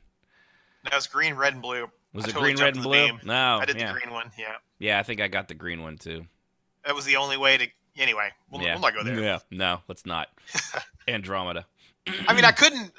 Yeah, I haven't even played Andromeda. I couldn't rescue Legion. Edie saved your bones, and I decided to save the Geth. I couldn't just be like, oh, by the way, I saved you now. I'm not going to exterminate you now. So it's tough luck. Like, that's such a douche move. I was like, I couldn't do that. Yeah, Indigo Jules. Genocide, or genocide. Pretty much. I'm going to go with genocide. That's pretty much your option at the end. So, all right, where was I at on this thing? Okay. NPCs. Yep. If you use them and you want to make sure that you prepare dialogue for them, at least have an idea. You know, it may be an NPC, but it still has to be a believable character. You can't go in there and be like, I'm on how I mine for fish. You know, it doesn't work. So even if you don't give it as much background as your actual character, which clearly you probably shouldn't, but at least come up with a few nuances, like an attitude, maybe a voice type for their speech, mannerisms. And you can come up with that shit on the fly, or you should be able to. And it breathes a little life. I remember one thing I did. I think it was Guild Wars 2, actually. Was it Guild Wars 2? Yeah, we'll say it was Guild Wars 2. Why not? It was Guild Wars 2 or Aeon. Guild Wars 2. If it wasn't, it was Aeon. One of those really pretty games to look at that get bored really fast. But a group that I was with, they wanted to roleplay somebody, like letting them into the council chambers and something. I was like, hold on, I got this, you know. So I jumped up there and said, this is my character, and I took on the role real quick using my character's body of the snotty little guy, and they were like, that was fantastic. That was really neat. You should do that more often. I'm like, yeah, well, that's sad that guy was more interesting than my character, but yeah, we'll go with it. So just little things like that every now and then. It's perfectly okay as long as you tell people in advance to use your own character. But, you know, he was real snooty and proper, and of course he did not believe that they had the right to see the Lord, but, well, the Lord demanded it of him, and as the manservant, he had to grudgingly let them in, that kind of a thing. So, and if you go through all the trouble to set up dialogue and, you know, insert an NPC into your roleplay, even if somebody comes up and offers to play that role, you know, it's still better to have an actual body than an NPC, I think, at least for me. It does add more to it, yeah. It does. It creates a more complex story by having other things in the storyline. My immersion! Yeah, That's right. so even if you have to go, you know, give up all that work you did, it's still, you know, put it aside and save it for another time. Yeah, reuse it. When you don't have somebody willing to step up and take that role. The only time I've ever had to tell somebody, no, I can't do that, is when they came to me right when the story, I mean, we were already halfway through the story. Right, yeah. And I had to say, I'm sorry, I can't have you do that because we're already halfway through the story. Yeah. Any other time I would have been like, sure, yeah, you know, hop on in here. And the person was, you know, they were fine with it. They're like, well, next time maybe. I'm like, yeah. Yeah. Well, and they had missed the first half, I think, if I remember that. So they didn't even know what you had said as the character before. Yeah. You're partway through already. You don't have time to catch, you know, you're in the middle of running an event. It's not really a good time to be like, hey, by the way, you want me to do that there for you? Yeah. And like I said, they were understanding. Oh, yeah. I mean, they weren't upset or anything. They just said, well, next time. And I'm like, yeah, sure. I'd love to. Next time to actually have a bad guy body. Yeah. You know, somebody a real person. NPCing it for you. So. Yeah. Okay, well. They aren't going to argue if something is unfair. This is the plus sides of NPCs, or you playing as the NPC. Typically, I'm going to say typically, they aren't going to argue if something is unfair, because then you find the outliers like Jazz's Fighter 1. I want to keep him. Yeah. You know, or that wouldn't be happen because of, or have an attitude about what they roll, or what role they do play because they're, you know, disposable and they don't have hundreds or thousands of hours of work into them typically. So I need to look that up when one of you guys is talking next. EverQuest 2 had 20-year anniversary last week when we were doing this. They released an infographic. Oh, yeah? I need to look that up because that was a fascinating look at, like, the number. I think they put in the highest, like, amount of all the things, quests done, and things like that. Let's see. EverQuest 20-year infographic. Just stop right in the middle of the show. Sure, why not? So while I'm looking that up. Yeah, so that's just one of the better parts of doing that is you don't have all the time in it. People typically aren't going to argue with you about stuff if things go bad or wrong. So now going on to the part where Yunfei had come up with. Most, if not all, games have NPCs. That part is true. Some of them, like SWTOR, have NPCs that work really well in different roleplay events and are companions that kind of stick around with you regardless if you want them or not. I was like not a fan. bad itch. Mm-hmm. I was not a fan. There it is. Thank you, Jazz. We'll go over that at the end. That way, I found it fascinating. I love those things.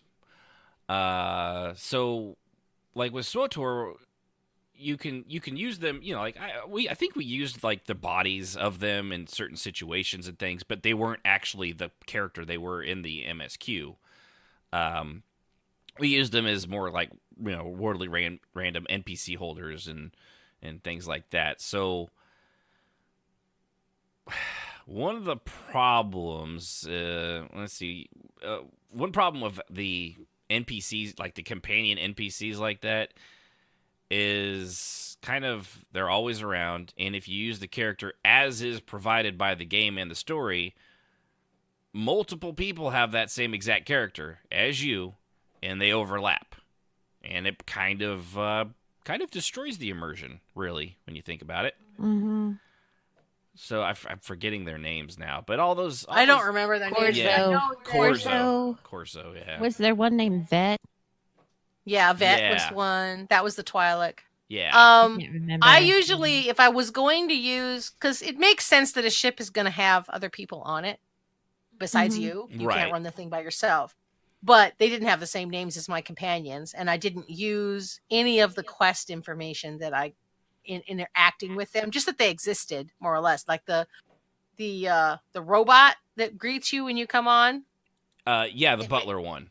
Yeah, the butler guy. Yeah. Always repeat him as being there because it made sense. Right, and you could just you could make him as another character, or another attitude if you really wanted. That was one good thing about Tor is they gave you options to make them look a little different. Yeah, there that's were true. different You could clothing change options. their color. Yeah. So that was You were a stuck good with thing. their name, but you could always mentally just say they were called something else. Well, I had Chemval with me. Tuna. I had Chemval with me most of the time, and I think like in roleplay, I would just call him like Fluffy or something like that. That big jagged mouth of teeth. Come here, Fluffy. Yep. Oh, he was fun. Yeah. I liked that NPC. He was a good NPC actually. Can we just tear their arms off and shove it up their butts? No, not right now. You can do it later. Yeah. Good. Sounds like good old HK-47. Mm-hmm. Yeah. Meat bag. Query. Does it bother you, the sloshing in your meat suit? No, HK really doesn't. Pity. Response. Such a great character. Jaded response. I love that NPC, man. Yeah, that's what I think. That's one of the reasons I love those one big guys in Mass Effect was they had that same, because they had no intonation in their tone, so they would always have to tell you, suddenly surprised. I am shocked that this would come about in such a way. Jubilant, So yeah. Using it as a companion as a spot holder is one thing, but just like playing yourself as the same person in the MSQ as the chosen one, everyone in the game has that same experience, same character. So if you are going to use them, just like Yunfei was saying, don't use them as written by the developers. You can use the body, but come up with something different personality, different this or that. Yeah. Otherwise, it muddies everything, and everybody's doing the exact same thing. It's the exact same parallel problem as playing the chosen one in the MSQ. You're not being real original for one, and boring. It's really kind of just boring. Come up with something original. Don't play that stuff. Another kind of NPC too. that goes along with companions that's similar is, since apparently this is very popular in every MMO now, much to the love and joy of Jazz, pets. NPC I hate pets. I hate them. Oh, I hate Don't them. say. You don't say. I once played someone in EQ1 that he role played with. He was a Shadow Knight. He role played with his skeleton. He named him Slim. That's hilarious. Like, I he mean, did a I really don't good job mind. with it. Well, at least that Oh, one sorry, was. go ahead. That one's actually a companion, wasn't it? Or with the Shadow Knights, wasn't that a guy? Yeah, the Shadow Knights used to have a Was your pet class? skeleton kind of pet. Yeah. Yeah. Well, and They were a pet class at first. Yeah, they had those, but I also mean there's like the wow, Spanky, really? The non-combat pets. What do you do? The fluff pets. Oh. The you know, like the little, like you could have a dog or a cat or a, I don't know. Which one of makes those- total sense when you're out in the world killing things, Yeah. to have a little fluffy thing walking around going, hi, what's your name? I'm Poodles. Are you mad? or you're like, or you're playing a paladin and there's an imp following you around. Yeah, it makes sense. Mm-hmm. Or there was the mechanical snake in ESO. The weird armadillo thing is another one. They've got a lot of pets in ESO. Apparently, it's a very And they have the big same grab. problem as they do in every game. They just take up Without space and lag fail. everybody out. They take up space. They lag people out who don't have great, connections. Yeah. And they stand in the worst possible place at all times. Oh my god, they do. What's that? The In your tracking butthole, and mapping I'll of stand these right damn here. things, I wish they'd fix it. Mm-hmm. Every game has it. Yeah, because they You're trying to turn in a quest and friggin' fat ass Jabantic is standing on the NPC. Yes, or they've got their stupid pet right there, and you can't even in ESO. The target box is so big that then you can't target the NPC because this asshat has to have his giant whatever the hell it is sitting right there, giant bear going. And you can't even talk to the banker. Oh, just Yep. Talking about Sorry, big giant Jazz, but it's pets, it wasn't hilarious. NPC per se, but in EQ1, I used to run an ogre warrior over, kill lots of crushbone orcs, get good factions of the Hiles, and then sit right there in the entrance to Kelthin, or Felwith, and nobody could get past me.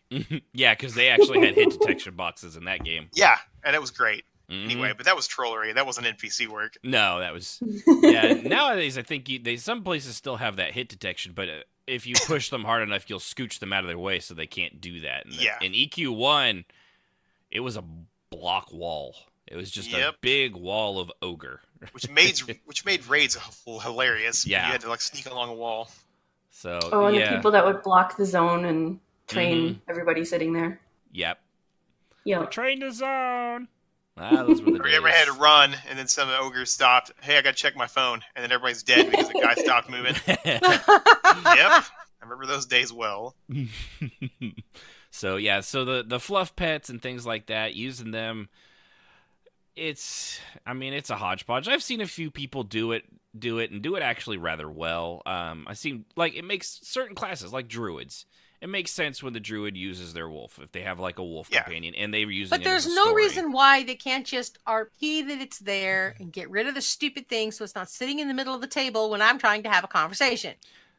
No, you didn't hate on that freaking mud crab at Trajan's. The mud crabs.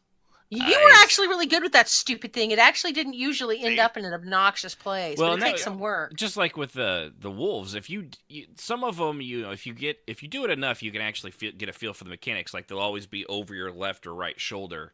So if it moves to another one, you just shift a certain way, and some people, some games, game depending, obviously, you were able to control that to a point, or if it was a pet class in like EverQuests and stuff, you could actually do the like stay command. Commands, and you got them where you wanted. I love that. You hit stay, and they would stay there.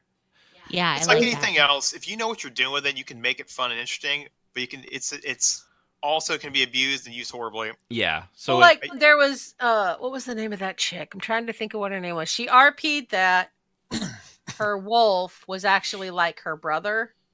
in wolf form, and he was stuck in wolf form. Mm. And so she would come into the guild hall, and we no had, Lady as Hawk you there at remember, all. in Silver Circle, we had a strict no pets in the guild hall because I'm obsessed about it. Yeah, because you hated pets. I'm a teensy bit. I can't stand this. She's a hater. Things. Okay, I'm a hater.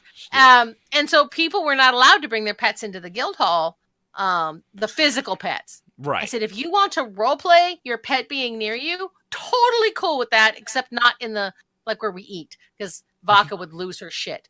But as long as it was sensible, I didn't have a problem with it.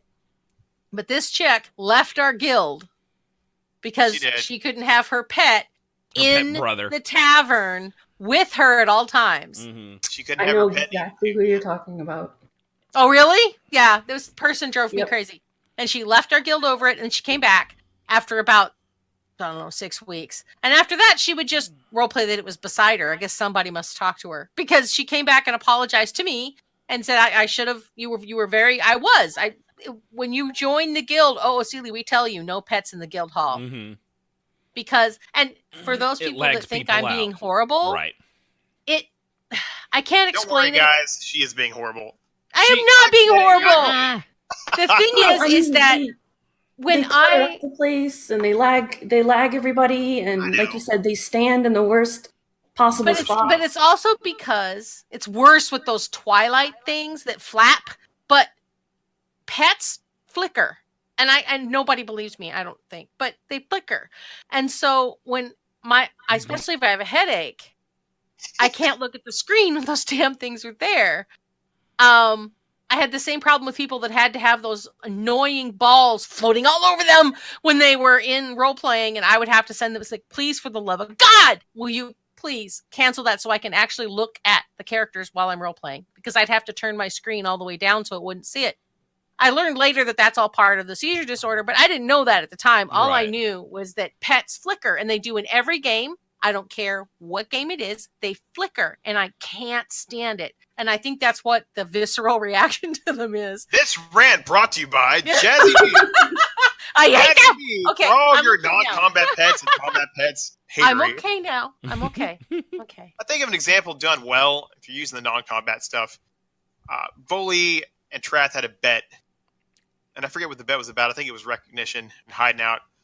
And if she won, she got to keep his bobcat that followed him around. And the other one, I forget what the other one was, but she ended up winning. And so I could no longer use that pet, and now she has it. So it just becomes a story element. Mm-hmm. It's not the main deal; it's just a little add-on thing. Right, a little side thing. That's the only way you should use them. And we've RP'd that little element. Just when it was just me and him RPing, we've gone into that bobcat. Just doing little silly things with it, talking about it, or like, oh.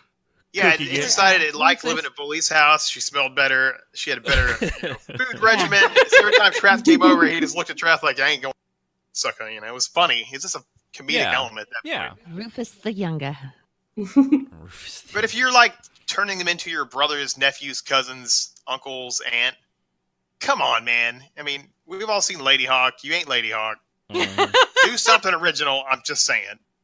Otherwise, Jazz is going to flip out because she's going to seizure and she's going to kill your non-combat pet. Well, I don't like that.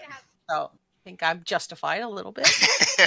You are. I was just teasing with you. Like hearing this now, and I played a Defiler for a long time back in EQ2, and I role-played with the wolf. I mean, she had a name, actually inspired by someone in Xanus' story. Her name, I named her Starfall. But yeah, she was almost a character by herself, but I never brought her into guild halls or houses or anything like that. Yeah. Or if I did, I would say, sit and just have her park at the door. Behave! Yay! Yeah, it turns out I didn't realize that was like good pet etiquette, but now that I think about it. Yes, it was. We love you very much. Right. One more reason I adore you. There you go. That's when you do them correctly, they can be done really well. And when you don't, it's true. God have they're mercy flaming on your soul. Ball of glowy, seizure-inducing crazy. Something like that, like role-playing a pet or a companion, it's really 100% hit or miss. There's really no in between. There ain't no middle ground. Yeah, She's right. and it can't. Yeah, I agree. And be open if you get a complaint. Given you always have to look where the complaint's coming from. Some people are just assholes that complain about everything because it causes a seizure. So if they give you advice, I would punch him if I could, Jess. But he's Thank you. side of the I'm screen. thinking evil thoughts at you, Ashen. how is that different from your other thoughts of me? I was about to say. I mean, I'd throw my easy cheese at him, but he would probably eat it, and then I wouldn't easy have no more. cheese. So no, I can't throw that at him. I'd eat that. That's fair. But Oh my god. What was that? Was Sounded that like thunder? That was Okay, thunder. yeah. You all right? Again. I'm okay. I'm okay. That thunder's What coming was from- that? That was we've got thunderstorms rolling in, and she's farther west than we are, so it hits her before it hits us. It sounds Or- like we should probably. Or that thunder is signaling an imbalance in the shame bell. I'm just Yeah, saying. it could be. Just then. It just started like in a split second. Now it's pissing down rain and thundering and lightning. Welcome It to scared the crap out of me. Oklahoma. That's right. All right. Oh yeah, it's a tiny little micro one too. But I yep. hear it. I just heard it. So, all right. So, last thing here that the NPCs are really can be used for, though this one is a lot more rare, is having a grand army of the Republic, or the Dunmer, or whatever. The using them to fight a giant war of NPCs is another thing that's done. Kishmis, one of the former host on here, he actually did this very well. Did a really good job with it. He had two opposing armies, one of Dunmer, obviously, and one of, I don't remember, someone non-Dunmer. I'm going to just assume. And the way he did it is, we had the two opposing armies. They were clearly both really an army of NPCs. They were laid out in a valley, quote-unquote, a valley before us, and the choices we made as the players, as the commanders of our group and platoon, along with the role, decided how many people our platoon lost versus the enemy platoon. So bad rolls, we would lose more. Good rolls, the enemy would lose more. And it was basically still basically just a one-on-one combat, only it was multiples of NPCs. And instead of having 3-4 hit rule and you're down, it was you have 100 soldiers, they have 100 soldiers. Whoever has more at the end is going to win that battle, kind of a thing. And it was a really interesting and cool way to do that. So when you relying out of soldiers, that was the end of that. And eventually, as all happens, being the commander of it, while it was interesting, it was really cool at first. You still have to eventually the war and the fighting got to you. And so the story then devolved into the more traditional combat NPCs of us versus NPC soldiers. What kind of the difference of this was, instead of it being one-on-one like you do, it was, we're commanders, we're, this and that, and then it's just an army of grunts and basic soldiers. So instead of us being one-on-one, we, maybe we took on a small group of them. So when we won the combat role, we would be able to hack and slash through 5 or 6 people, as opposed to them just getting one hit on you, kind of a thing. And it was really a neat way to utilize a lot of NPCs. It was literally thousands of them, if you think about it. But at the same time, it was controllable, and it told, the way he told it told the story of the fight as it was happening. The flanking. Kishmis was real big into. Wow. That was another one. Thunder Boomer, dang. Yeah. But so he was really good about telling the story. He knew a lot about combat and flanking maneuvers. He was always big on military history, so he was really good at telling that. So if you know that kind of stuff, it is possible, and it actually can be fun. And it was all controlled. He basically was just a DM explaining what was going on and taking the commands of the people there and taking our roles into consideration. So it worked out real well. And of course, he had the story planned out beforehand, but at the same time, the reason he did this is what we've gone back to several times now, is because fighting in another guild or against another guild is awful and always ends in tears. So we did it this way. And That sounds really cool. is that? The rain out there? No. Oh, the battle. No, It's like, yeah. the fight. It was really cool. It was a lot of fun. He did an excellent job. He really did. And and understand it won't work for every guild. Like if you're guild of shadowy assassins that only work alone, probably not going to be commanding a group of army, of soldiers and things like that. It's typically doesn't happen, but it can. How many times do you see in stories and books where the underdog, you're kind of the underdog and this and that, ends up being somehow in command of an army or a platoon of people because they're in the right place at the right time and they have the knowledge that the good guys need to go against the bad guys or this or that. It really can be done. You just have to be creative and write it in correctly. Tell him, Jazz's dog. Yeah, that's another thing I think that's like very hit or miss. There's really no gray. Yeah, it really comes down to with things like that. It comes down to planning. Good plan.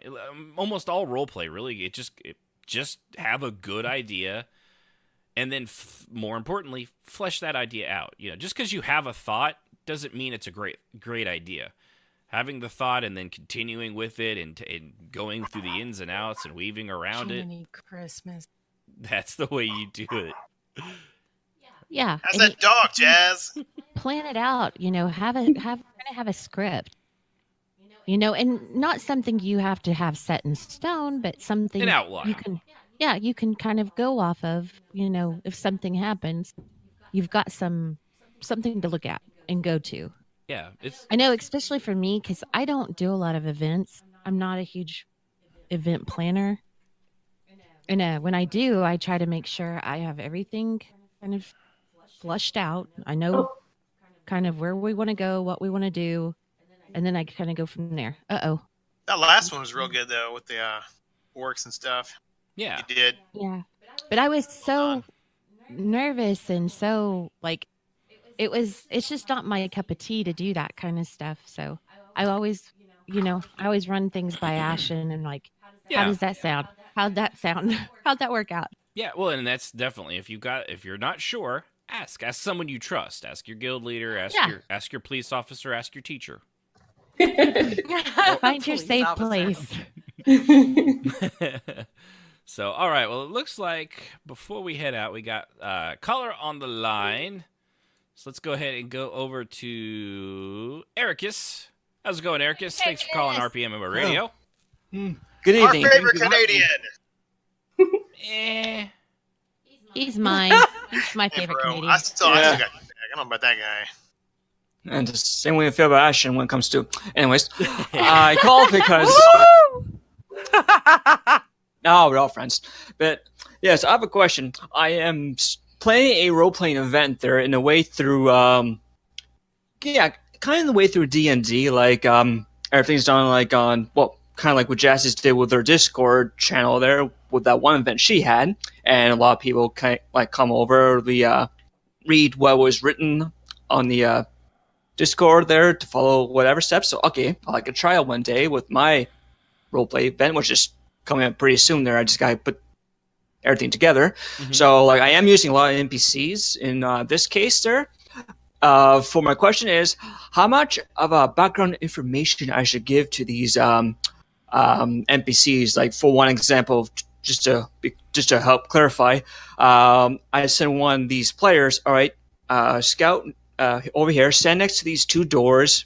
One of them, two guys are guarding one of these doors. Stay there. Wait for my signal to give the attack and kill them. So we'll make our way inside and stuff.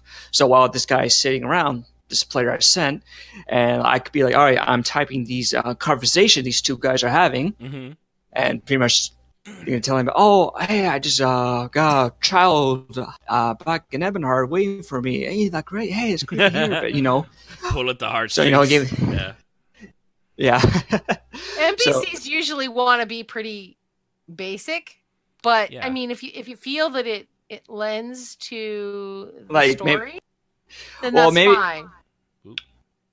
Well, kind of like as like if these players like their characters some kind of like second thoughts. These they have like these people, like these NPCs, they have like lives too. These people I'm getting like ordered to kill soon. Like, should I give them incentive? Should I follow orders, or should I find another way to give them player more choices instead of just right out killing them? Yeah, well, and it works out because even if they then do, more than likely it's still an NPC, so they are probably going to just flat out kill them. But at the same time, it might give that player something to bounce off of later. Like maybe they'll have a moral dilemma because yes, it was combat, but that's where PTSD comes in real life soldiers. They're killing real people that they then think of have real families, and understand it's kill or be killed, sure.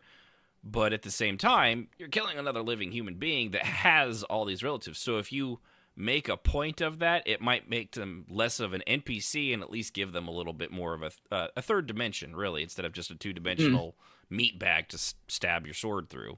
Meat bag. So no, I would, little things like that, and I've done that with NPCs where, like when I do it at times because the people that are making the real players are actually they're like doing hand gestures or they're talking to each other, making strategy. So I've done it. One of them, there were two or three of them at the end of a hall, and the good guys supposedly were trying to figure out how to get to them. So while they were chatting away, trying to figure this out and whispering, clearly, I had the two guys talking. They were talking about how they had lost a gambling match, or they were. One of them, they were betting, like I'll bet you 2 gold that you can't spit from here to that, that tub over there, just little things like that to give them a little bit more of a realistic outlook, and also I was kind of filling the time while they were sitting there yakking, and I really didn't have anything to do. But there's definitely if there's time and the story lends itself to your NPCs being more than just little things. I've even had some of them like give a monologue. So you get to one of the boss guys, like, hey, they'll shout down the hallway like intruders. So that way, it's a nice cue to the players that, oh shit, we've been caught and we only have these guys now, but more than likely more people are going to show up right behind them. Right. About to go south quick. Yeah, exactly. And so kind of like a heat in the moment, got to make a decision there, life or death, or like, even though, all right, I'm sorry, I have to do this just because, but yeah. And then if they do back out because you're like, oh, I can't wait. It's my, it's my little girl's 2nd birthday tomorrow. And they, they punk out. And then of course the guy's going to get up and be like intruders. And he's going to, you lost the element of surprise, and they may take a, stab to the shoulder it's a learning moment at that point. I don't care about their little 2-year-old daughter. You're gonna die. Oh yeah, an example of that, Eric is. So when we did the whole Volley story, I actually had it in work that I wanted to bring into roleplay. Yeah. So he was a cousin of the goons that nabbed Volley. Well, he was the guy y'all captured and cut a finger off and tortured mercilessly. He's like, hey, look, I just owed this guy a favor. He said, come and help us do this, and all debts are settled. So I was just here for that. I didn't know. I don't know this lady. I don't know you guys. Nothing personal. I was just doing this. So they dumped him over to Sully's, compound, and then Sully pretty much made him a servant. So now you're going to work off your debt with me. And he's like, man, I'm always in debt. So that's one way to take an NPC and turn it into a playable character. Mm-hmm. If you don't want to lose them.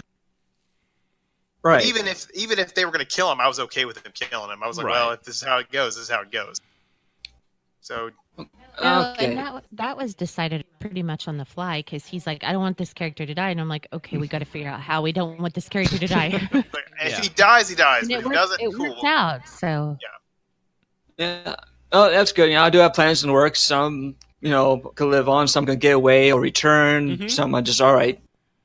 There's a little quirks I like to work out just to make sure like roleplay smooths out there. Like I like to give other players incentive too on like. Right there on decision making, they're like, should you like go away with this there, or just say, all right, whatever they want to decide to do. So treat it like those old adventure bugs. If this happens, turn to page 210 and read what happens. Choose your own adventure. And if they do survive, by the randomness of the RP, then it might lead to more RP. You never know.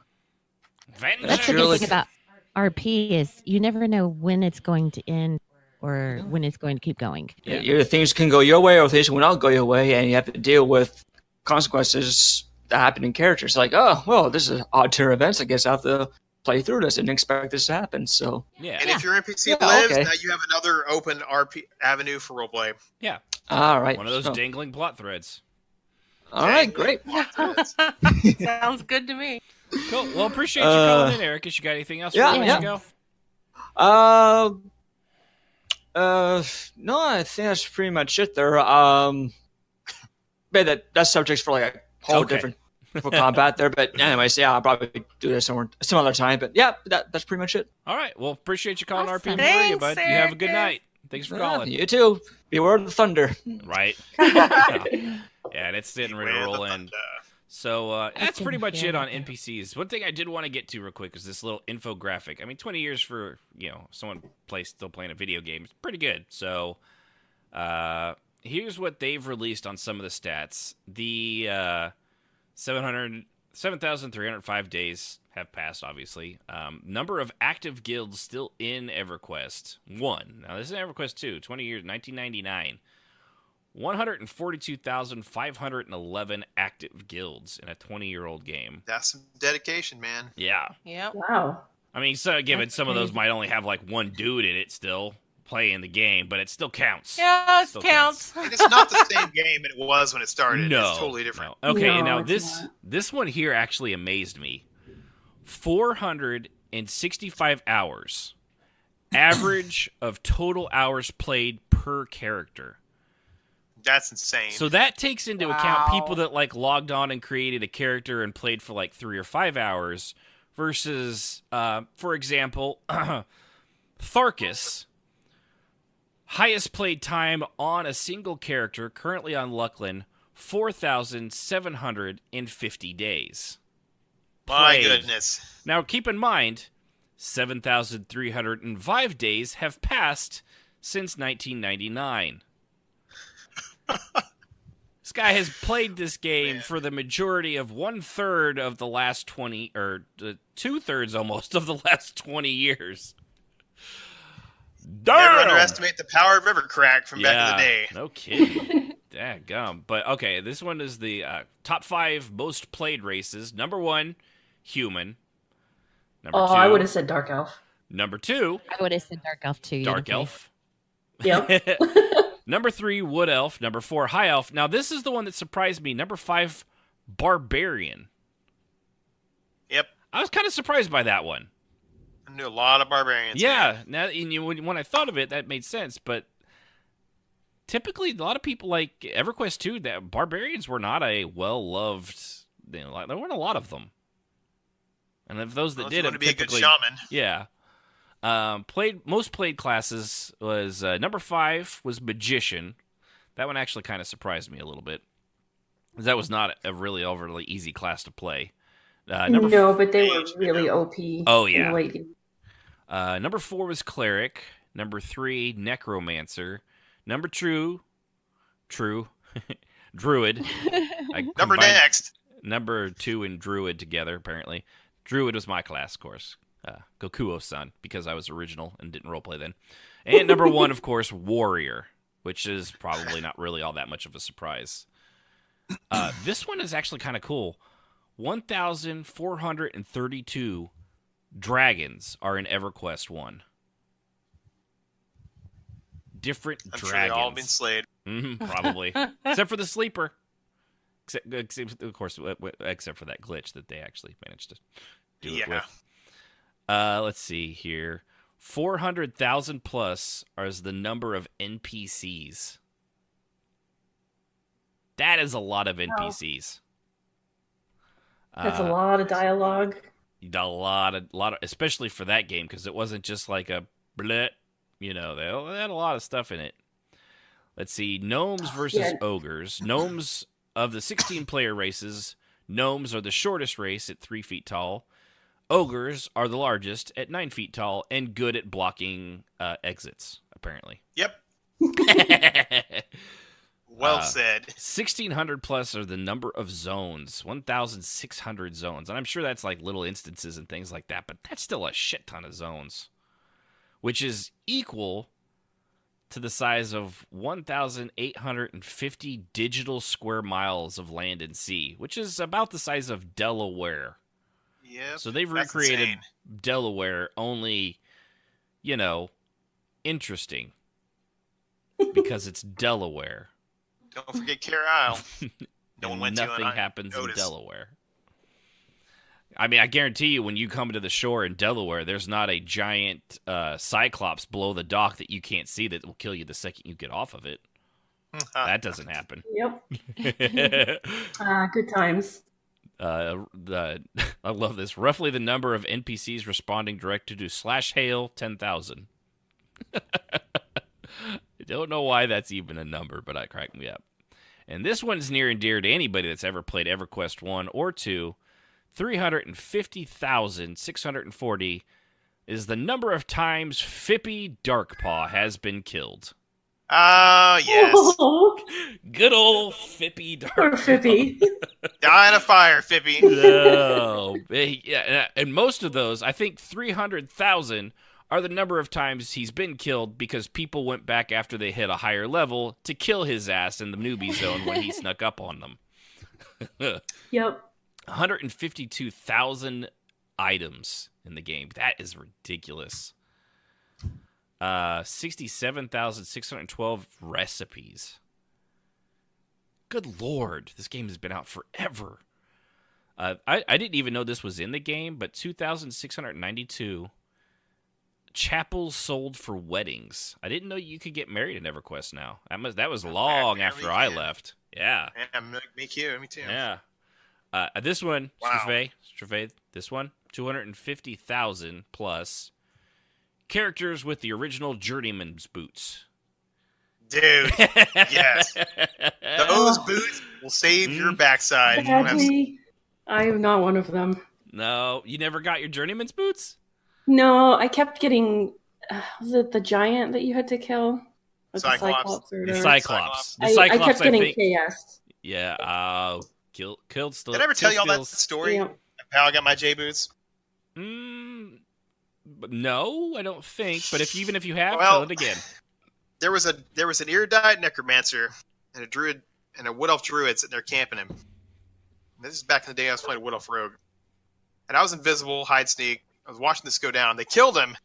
And then the two were arguing about who was going to loot the ancient Cyclops ring. So I was sitting there in sneak mode, right-clicking feverishly on that corpse.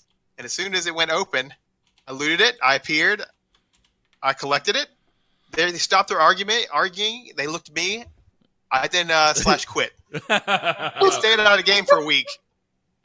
Mm-hmm. Came back, got the rest of the stuff, got my boots, and I'm pretty sure whoever those two were. I mean, they both had dead. That one guy had dead man floating. One had so I don't know why they wanted it, Right. but I'm sure they were hunting me for a while. Oh, man. Needless to say, I was a rogue, and I pulled a rogue move. And Yeah, you pulled a dick move, but hey, shit or get off the pot. You guys should have figured that out beforehand. Just saying. right, I was like 17 at the time. And Yeah, I was, just typical exactly what teenagers do in games these days. It's just a game, man. Don't be so serious about it. why you mad, bro? Let's see. 13,700 quests have over. So yeah, okay. That was a weird way of writing it. Over 13,700 quests and over 36,000 objectives. Wow. God, 56,926 spells. That is a lot of spells. That's a lot of spells. That is a lot of spells. man. That's ridiculous. Now the rest of this is let's see. That's just all their 25 expansions and the dates they came out. And really, I will say, if you do miss the old days, Project 1999, it's a fun trip down memory lane if you like the hard mode. But boy, is it hard! but don't they have? They also have an actual legitimate progression server now, that they sponsor, don't they? I think. They do. Yeah. The live one does, yeah. Yeah. But you're unlocking the next X pack, and I'm like, well, if you don't Yeah. If you're like me and Ashton, everything when it went to Planes of Power, stuff started getting wonky. I quit Planes playing of then. Power was when I got tired of it. The Legacy of Yakesha. And I think I got out. It was Omens of War was when I left, and that was the 7th expansion in 2000. I tried it again at Omens of War, and I was like, all right, this just sucks. I'm done. Yeah, it was, and from there they just got really weird. They're just making shit up now.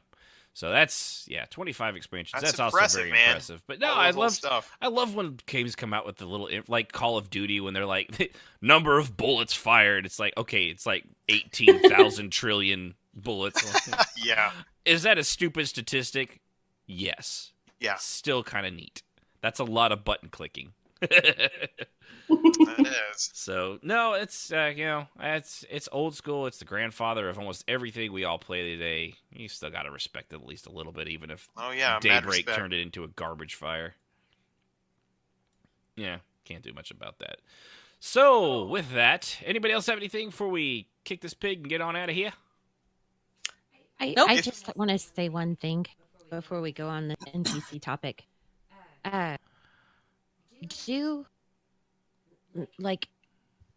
If you've got an event planned out and you're planning on using NPCs, do like Jazz says, write everything down, because that is one thing that will save you.